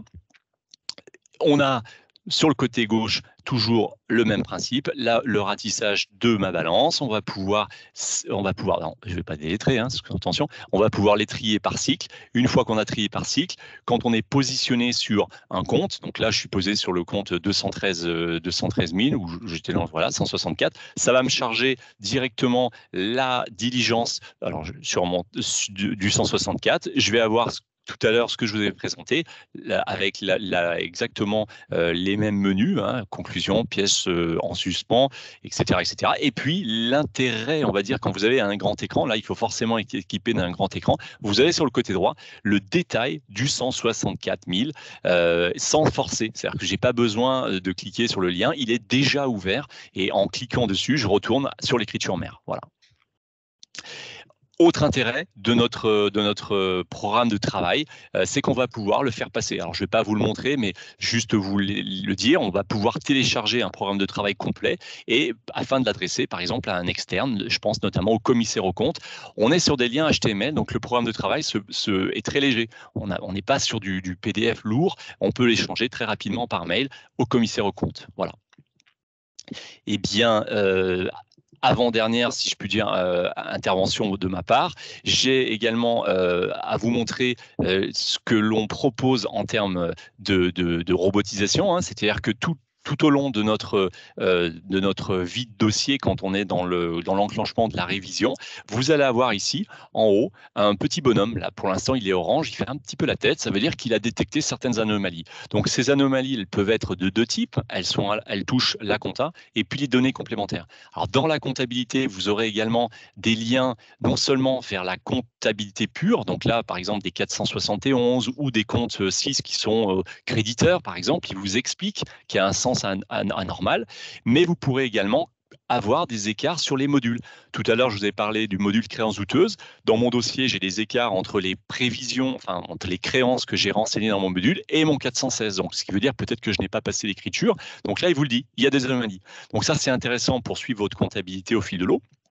Et là, ça peut être encore plus intéressant, puisqu'on parlait tout à l'heure de révision, on a aussi un outil qui va concerner notamment les contrôles horizontaux sur l'alias fiscal. Rappelez-vous, dans certains outils, on les a à la fin quand on édite, je pense à Quadra, quand vous arrivez à la fin de l'alias, vous allez trouver les différents contrôles horizontaux, ce qui vous oblige, on va dire, à remonter le fil de l'eau. Là, vous pouvez directement avoir une interaction avec les différents 2054, 55, etc., etc., pour vous expliquer ce qui marche ou ce qui ne marche pas. Donc là, si je rentre par exemple dans le 54, je vais pouvoir visualiser directement Malias. Et dans Malias, je vais avoir des contrôles horizontaux qu'on voit ici en bas, un écart de 1500 et de 647,83 €. Voilà ce que j'avais à vous dire par rapport à cette révision. Je te laisse la parole, Alex. Oui, merci Chris. Effectivement, top. Ah, c'était Pierre. Tu voulais Pierre, ouais. Oui, je vais peut-être en profiter et merci, merci Christian. Je vais revenir un petit peu sur le robot parce qu'on a parlé beaucoup d'automatisme et c'est vrai que c'est une des 5 nouveautés de cette version 5 de Cegidloop. On a dit beaucoup de choses et vous comprenez le fonctionnement du robot. C'est qu'il apprend de lui-même, mais il apprend aussi de l'humain. Et en fait, quand il trouve quelque chose de douteux qu'il ne connaît pas, ou d'ailleurs quelque chose qu'il connaît mais sur lequel il sait qu'il a fait des erreurs d'affectation par exemple, eh bien il va solliciter l'humain. Donc ça c'est très important dans la confiance dans le robot. Et puis l'autre aspect qui est, et ce qu'on a démontré, c'est que tout ceci, ça permet une expérience très très fluide en fait, puisque le robot, il intervient à différents moments, il traite les factures, il va rapprocher avec la banque, il génère les écritures, il fait le lettrage, il prépare la TVA, il accélère la révision. Et Christian vient vous montrer effectivement cette nouvelle interface qui est une des nouveautés de la version 5 de contrôle des écritures du grand livre. En fait, c'est quoi? C'est quand on a la comptabilité qui est automatisée de bout en bout, comme on vient de le montrer, finalement, le collaborateur comptable, entre guillemets, il connaît pas forcément, ou elle ne connaît pas forcément la comptabilité. Ou en tout cas, pas forcément comme si il ou elle l'avait saisi, fait les process manuels. Et donc, il est important en fait de redonner un certain contrôle aux collaborateurs comptables pour contrôler la qualité des écritures du grand livre. Et puis, accessoirement, le bénéfice, bien sûr, c'est comme on l'a dit, c'est d'accélérer le processus de pré-révision, enfin de révision, qui devient finalement au fil de l'eau, et ce qui permet d'aller beaucoup plus rapidement sur la révision. Alors ça, c'est permis par quoi? Et donc je vais reprendre la main et peut-être de refaire un petit stop là-dessus. C'est que Loop a été créé il y a 10 ans sur la promesse de la comptabilité en temps réel. Donc la vision était juste, c'est ce qui se fait maintenant aujourd'hui. De nombreux cabinets clients effectivement font la comptabilité de cette manière-là avec le robot comptable et que l'on améliore en permanence. Donc cette vision était juste et d'ailleurs elle était nécessaire quand on considère ce qui va arriver côté facturation électronique avec les flux massifs de factures en entrée. Et donc dès le début, on a placé l'intelligence artificielle au cœur de la solution, ce qui n'est pas le cas pour ainsi dire, tous nos concurrents qui, eux, ont plutôt pris des intelligences artificielles, des robots sur l'amont de la chaîne de production, c'est-à-dire sur la collecte et la tenue pour accélérer la tenue. Donc la différence de notre côté, c'est qu'on avait cette vision au départ et que comme on l'a vu, le robot intervient tout au long de la chaîne. Et aujourd'hui, je crois qu'on a plus de 20 modèles d'intelligence artificielle qui sont implémentés dans Loop, que l'on a développé nous-mêmes. Et vous les voyez ici, on en a parlé tout au long de cette démonstration, de la réception, lecture, la génération, lettrage, etc., la banque, la TVA, jusqu'au contrôle des écritures. Donc ça, c'est bien important de contrôler, de comprendre ça, et on finira à la fin juste sur quelques orientations de roadmap de Cegidloop sur 2024. C'est qu'on est très en avance là-dessus, on est très mature, on continue à apprendre grâce à vous, nos clients, et puis également avec les nouvelles technologies, notamment d'intelligence artificielle générative. En tout cas, c'est quelque chose qui est clé en fait dans la proposition de valeur de Cegidloop. Et d'ailleurs, j'aimerais juste donner quelques éléments de preuve qui sont des témoignages de clients, notamment celui-là sur la partie génération d'écriture. Cegidloop permet de générer les écritures, classer 10 factures en 1 minute avec leurs pièces justificatives et d'avoir une comptabilité à jour. Donc ça, c'est très important. Effectivement, la comptabilité devient une matière maintenant mouvante, en fait, qui est vivante et qui se met à jour en temps réel, en continu, grâce à tout ce qu'on vous a montré, notamment sur la collecte et les automatismes au niveau de la comptabilisation. Alors, ce qu'on a constaté chez nos clients également, c'est que 50 à 70% des factures sont traitées automatiquement. Alors pour effectivement les clients qui décident d'opter pour la comptabilité automatique, et on est très heureux de voir que de plus en plus nos clients adoptent cette comptabilisation automatique, même si, et on l'a vu tout à l'heure avec Christian, il est toujours possible bien sûr de saisir manuellement ou de corriger des écritures manuellement quand sollicité par le robot ou pas d'ailleurs. En tout cas, c'est quelque chose que l'on constate, et un taux de reconnaissance qui est très élevé, montant date tiers autour de 80%. On a vu un commentaire, effectivement une question où parfois ce n'est pas le cas. Donc merci monsieur ou madame, nous allons remonter cette information. Effectivement, c'est un processus d'amélioration continue. Et pour finir sur cette intelligence artificielle qui est placée au cœur de la solution, c'est que les bénéfices ne sont donc pas que sur l'amont de la chaîne, c'est-à-dire la tenue, la collecte, mais elles vont effectivement jusqu'à la préparation et l'accélération de la révision. Je vous laisse regarder ce témoignage client qui est assez évocateur et qui démontre bien les bénéfices en fait, d'avoir placé cette technologie au cœur de toute la chaîne de production comptable. Voilà, je voulais juste faire ce petit aparté. Je vais te donner la parole, Alexandre, pour, je crois, aller vers la fin de notre démonstration sur l'alias et la fiscalité.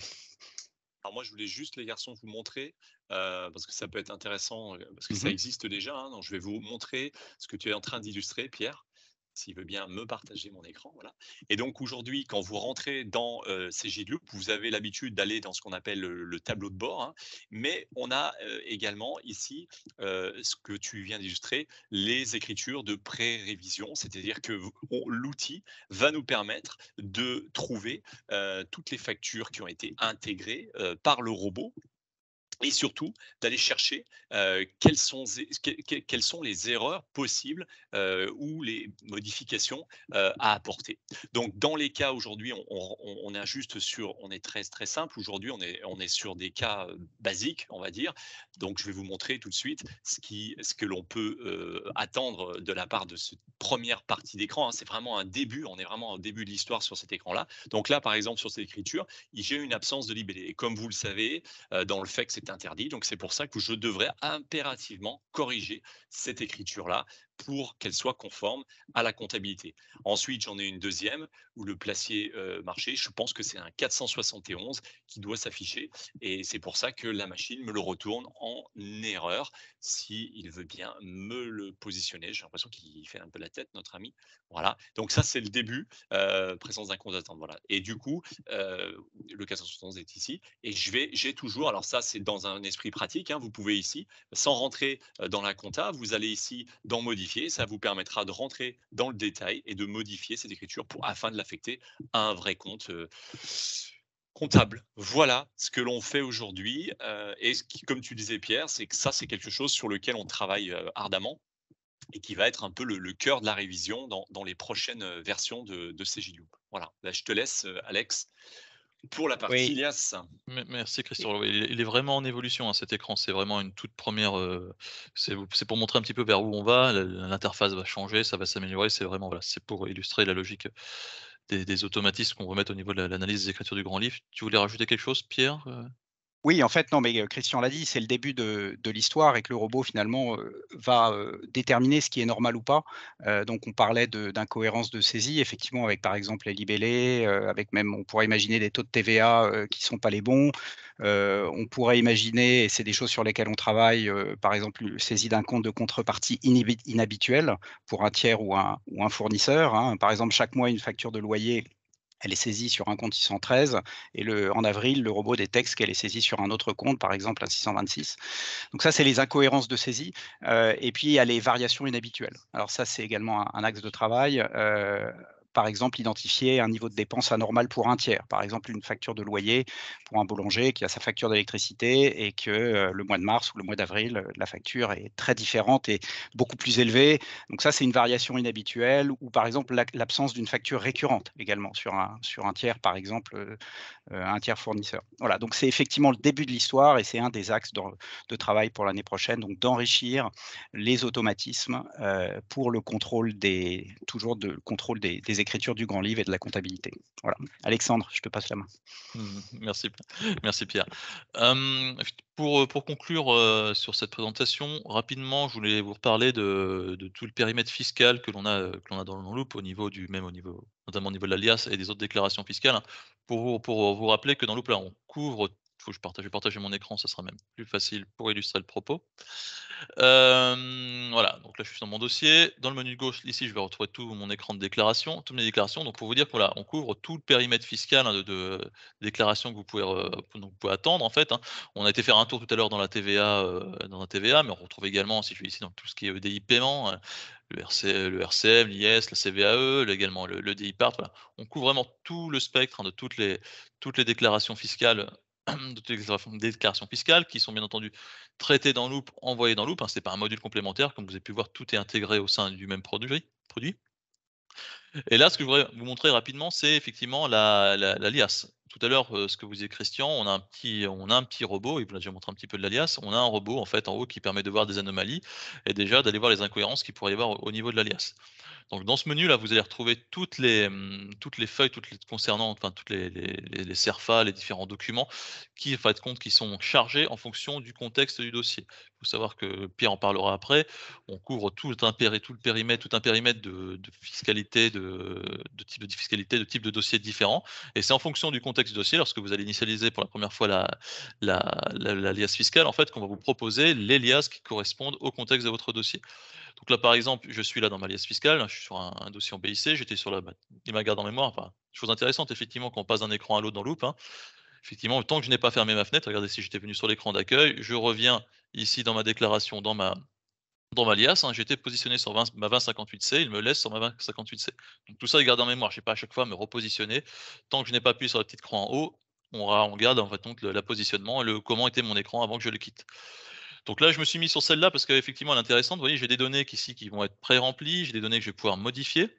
Et pour tout ce qui est donné, voilà, par exemple, on va regarder, hein, je prends un exemple, je regarde ici, la rémunération des intermédiaires hors honoraires, je clique dessus, je peux faire propriété, je vais pouvoir voir qu'est-ce qui est alimenté. Alors, soit c'est une formule de calcul ou c'est un ratissage de compte. Là, pour le coup, ce sont mes comptes 622 qui ont été ratissés, 622.6. Donc, je clique ici, hein, je peux même après les descendre jusqu'à l'écriture, aller faire au besoin ma correction dans mon écriture et je reviens ensuite dans ma liasse au même écran pour pouvoir continuer. Donc voilà. Donc soit je défile effectivement de document en document, je navigue dans mes documents ou effectivement je passe par les anomalies pour faire ces corrections. Donc là, tout ce qui concerne l'alias, mais également les annexes EDI.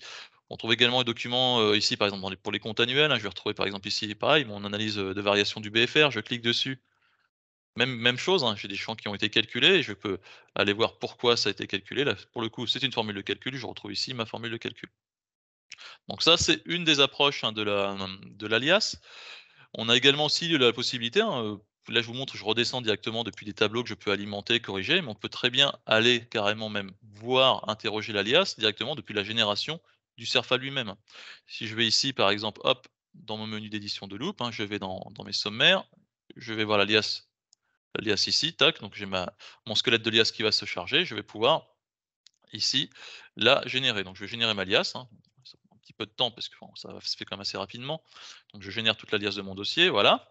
Je vais pouvoir aller naviguer de page en page. Donc par exemple, je vais aller page 8, bon, qu'est-ce que j'ai là? C'est pas forcément, c'est quoi? C'est hop, c'est le compte de résultat, mais c'est la même logique, hein. Vous voyez ici compte de résultat, pourquoi j'ai cette valeur-là? Je peux moi d'ici aller voir propriété, je peux voir la formule la formule ou le ratissage de compte qui a conduit à ce champ, je peux aller corriger et après j'ai juste à retourner. Je clique ici pour rafraîchir, hein, parce qu'on est bien sur une édition, donc il faut quand même que je rafraîchisse. Et si je rafraîchis, ça va me recharger avec les montants que j'aurais pu modifier en comptabilité, et ça me ramène bien sur la page sur laquelle j'étais, hein. Ça ne me ramène pas au tout début, effectivement, donc on garde en mémoire la page sur laquelle vous avez été. Donc effectivement, deux approches, hein, je passe par les tableaux, etc. Ou alors je peux directement passer dans mon Cerfa lui-même pour aller interroger les documents, exactement la même chose, pareil, propriété. Voilà, c'était un peu simple, hein, c'était le ratissage de tous les comptes 6, mais voilà, vous comprenez un petit peu la logique. Hem, Pierre, tu voulais justement parler un petit peu des contextes fiscaux qu'on avait dans Cegidloop? Oui, enfin très rapidement et tu l'as dit, Ouais. mais c'est pour souligner la profondeur, hein, enfin l'exhaustivité, effectivement fiscale, puisque aujourd'hui on permet de gérer dans Cegidloop, les associations, l'enseignement privé, le médico-social, les notaires, je crois, OGEC, hein. Donc ça, pour, permettre d'accueillir, je dirais, la diversité de vos clients. On gère également l'intégration fiscale, multi-régime fiscal et le multi-établissement.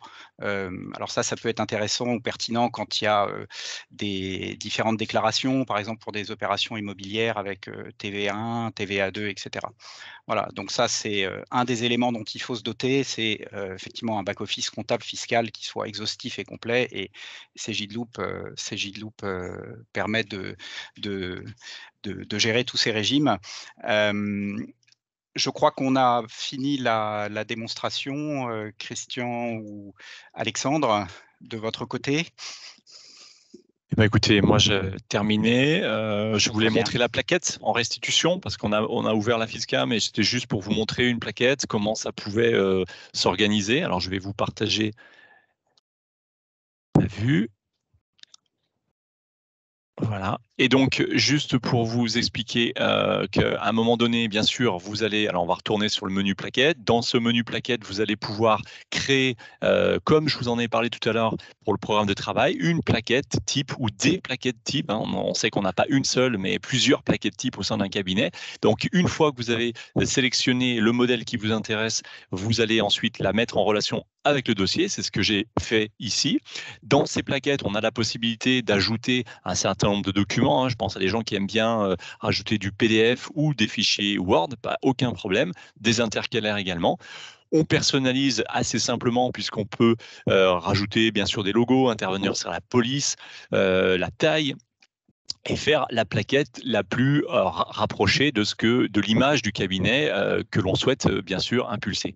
Une fois que l'on a détecté, que l'on a choisi notre plaquette, on peut également, ça c'est intéressant, envoyer à tel ou tel destinataire les documents qui vous intéressent. Donc là, en fait, vous allez pouvoir cocher ou décocher ce que vous souhaitez envoyer à la direction de la TPE, à la DGFiP, au commissaire aux comptes. Et une fois que vous souhaitez lancer, bien évidemment, vous allez pouvoir sélectionner mode projet, ça c'est un grand classique. Et une fois que vous avez fait ça, la machine va vous préparer votre plaquette et vous allez pouvoir donc vérifier la plaquette basique. On ne parle pas de tout ce qui est bien sûr intégré, hein. Vous avez les annexes qui sont dedans. Ça, j'en ai pas parlé, mais bon, vous imaginez bien qu'on ne pourrait pas sortir sans ce genre de document. Donc là, c'est avec un logo classique. On peut aller voir pour au moins visualiser en version 150% ce que ça donne au niveau d'un bilan. Intérêt principal, c'est ce que vous disiez Alex, hein. On va pouvoir remonter sur chacune des fiches, sur chacune des zones, hein, la concession, pour savoir qu'est-ce qu'il y a dans les concessions de 205, et on va pouvoir aller jusqu'à l'écriture. Je vous montre également un tableau de financement qui peut être aussi intéressant. Il est plutôt agréable à regarder dans ses visus, voilà. Voilà, donc la plaquette assez simple à mettre en place. Dans tous les cas de figure, ces documents, vous allez, alors si vous le souhaitez l'imprimer, bien évidemment, vous pourrez ici le télécharger. Et la dernière chose, et c'est surtout ça qui est intéressant, c'est que vous allez tout simplement l'envoyer par mail à votre client et la stocker dans la JET. La stocker dans la JET, c'est ce que vous expliquiez tout à l'heure, Alexandre, c'est la possibilité de la mettre dans le SharePoint du cabinet et donc de la rendre accessible si vous l'avez partagée à votre client également par ce moyen-là. Voilà, j'en ai terminé pour cette présentation. Je te repasse la parole, Pierre, pour conclure. Merci. Alors je vois d'ailleurs que, merci Christian, il y a pas mal de questions ou de suggestions d'amélioration, et merci beaucoup pour ça d'ailleurs dans la conversation. On n'a pas le temps de répondre à toutes. En tout cas, on le fera alors soit directement quand il s'agit de clients, directement via votre CSM ou par retour de mail. En tout cas, vos questions et vos suggestions d'amélioration ne sont pas perdues, et merci encore une fois pour ça. Ce que je voulais rapidement, c'est conclure sur notre présentation de ce matin. Alors, on l'a vu, hein, ce qui distingue Sagidloop, hein, un petit peu ce qui le différencie, et qui sont donc tous ces attributs nécessaires dont il faut se doter pour pouvoir réussir dans la nouvelle ère digitale.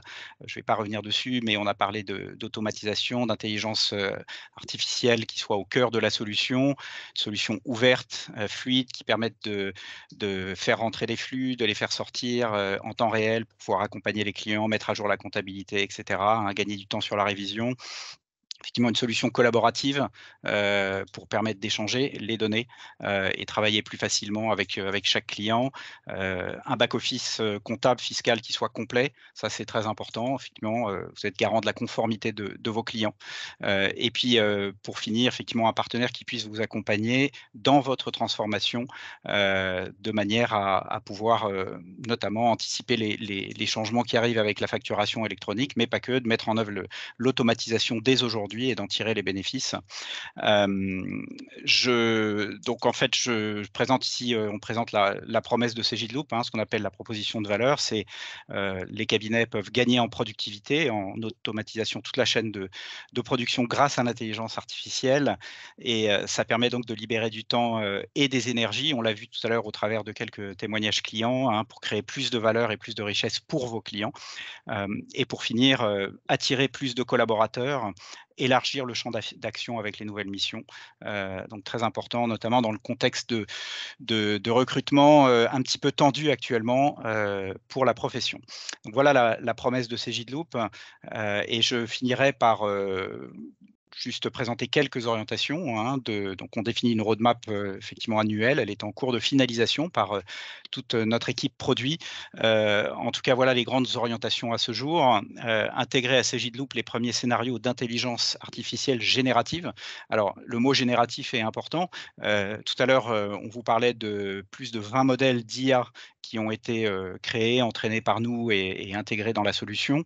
On continue à le faire, mais bien sûr, on va capitaliser aussi sur les nouvelles technologies, les nouveaux modèles, hein, pré-entraînés dans le prolongement de ChatGPT, mais il y a un vrai foisonnement de modèles d'intelligence artificielle générative aujourd'hui. Et donc, on commence activement à travailler, à les intégrer dans Sagidloop. Ça sera présenté. Et d'ailleurs, à ce titre, en fin de mois, je crois le 28 novembre, nous avons un grand événement à Paris sur l'intelligence artificielle générative qui est proposé. Donc, n'hésitez pas à vous inscrire. En tout cas, on sera en capacité de démontrer tous les bénéfices de gain de temps, de productivité, également pour l'adoption du logiciel à partir de l'année prochaine. Deuxième orientation, on en a parlé, on va continuer à enrichir les scénarios de contrôle des écritures du grand livre. On a parlé de ces contrôles d'incohérence dans la saisie. On a également parlé des variations dans certains éléments du dossier. Donc on a également un certain nombre de scénarios qu'on est en train de mettre en place. Les automatismes de reconnaissance du robot, c'est un processus itératif que l'on continue, bien sûr. Là, on a parlé notamment récemment des automatismes bancaires et de la reconnaissance des flux bancaires pour le rapprochement. Voilà, donc ça, c'est un travail continu. Et puis, pour finir, on va proposer à partir du début d'année prochaine une nouvelle gestion des ressources et des missions qui va proposer certaines fonctions de gestion interne, mais qui ne va pas être une gestion interne, qui va aller beaucoup plus loin qu'une gestion interne. L'idée étant de faciliter l'organisation du travail au cabinet en interne, avec beaucoup plus de collaboration sur les dossiers. Bien sûr, être en capacité d'affecter les bonnes personnes aux bonnes tâches, sachant que plus on va aller dans le temps, plus vous allez vendre des missions que vous n'avez pas prévues ou intégrer en début d'année dans le plan de travail, hein, dans le plan de charge. C'est aujourd'hui très clairement la réalité des cabinets, et donc vous devez être en capacité de pouvoir, sur la base de l'expérience, des compétences, des disponibilités, d'affecter, en fait, de faire des chaises musicales dans certains cas, et pas pas forcément que sur la base du volontariat, d'affecter les bonnes ressources aux bonnes missions. Et puis bien sûr, de suivre l'avancement, la rentabilité des missions, ça de manière très micro, au niveau d'une tâche, d'une activité, mais également au niveau du cabinet, et là pour notamment les associés et puis les responsables d'équipe, voilà, de gérer le cabinet comme entre guillemets une entreprise de service avec un certain nombre un pool de ressources disponibles pour notamment pouvoir suivre très finement les Boni-Mali, etc. côté rentabilité. Donc voilà ce que je voulais vous présenter pour 2024, en tout cas pour ouvrir sur l'année prochaine. Je pense qu'il nous reste à vous remercier. Oui, on est quasiment au bout des 2 heures. Déjà, un grand merci à vous de votre présence ce matin, et je vois que vous êtes toutes et tous restés jusqu'à la fin du webinaire. Donc, il y avait une question tout à l'heure sur le replay. Donc, effectivement, oui, vous recevrez par email un email qui va inclure l'accès pour le replay. Pour les clients qui sont d'ailleurs connectés dans la communauté C'est vous l'expert, effectivement, nous avons une communauté de clients qui s'appelle C'est vous l'expert, et tout nouveau client Cegidloop est invité bien sûr à rejoindre cette communauté, échanger avec ses pairs, échanger avec nous, avec l'équipe produit, pouvoir accéder à des nouveautés produits, pouvoir accéder à différentes ressources, des tutos, etc. Donc beaucoup de ressources à votre disposition. Donc le replay de ce webinaire sera dans la communauté C'est vous l'expert. Et effectivement, les participants aujourd'hui qui ne sont pas clients ou encore clients Cegidloop pourront le recevoir par email. Voilà. Pour finir également, ces webinars démo publics sont, je crois, et je parle sous votre contrôle, Christian et Alexandre, disponibles ou vous proposez chaque semaine. Et effectivement, vous pouvez vous inscrire sur le site cegid.com. Vous allez dans la page produit Cegidloop et là, vous avez un bouton, un call to action, inscription au web démo avec les différentes dates. Donc, n'hésitez pas, et ces démos sont toujours très utiles puisqu'on pousse beaucoup de nouveautés au fil de l'eau. Alors là, c'était un peu exceptionnel aujourd'hui puisqu'effectivement, on avait le lancement de la version 5 de Cegidloop avec, on l'a vu, la nouvelle interface, le dashboard de préparation, déclaration de la TVA, avec de nouveaux automatismes du robot, notamment au niveau bancaire et de la pré-révision, le contrôle des nouvelles interfaces de contrôle des révisions, de contrôle des écritures du grand livre, excusez-moi, et puis ces nouveautés au niveau de la personnalisation du programme de travail sur la révision. Donc voilà, c'était important d'avoir ce point d'échange aujourd'hui, mais encore une fois, n'hésitez pas à vous inscrire aux prochaines webinaires publics. Et puis pour finir, pour les clients Cegidloop, nous avons bien sûr notre rendez-vous mensuel des webinaires nouveautés Cegidloop, et je crois que le prochain est ce vendredi, donc le 17 novembre à 14 h, où notre équipe produit vous communiquera, comme c'est l'habitude, les nouveautés des nouvelles versions, ainsi que beaucoup d'autres sujets qui tournent autour de Cegidloop. Voilà, je vais m'arrêter là, il est 52. Un grand merci Alexandre et un grand merci Christian de votre participation et pour ce programme très dense ce matin. Effectivement. Merci à toi, Pierre. De rien. Merci à vous deux. Et puis surtout, merci à vous toutes et tous d'avoir pris le temps ce matin d'être avec nous et de participer à ce webinaire. Voilà, nous vous souhaitons une bonne fin de journée et à très bientôt. Au revoir. Au revoir.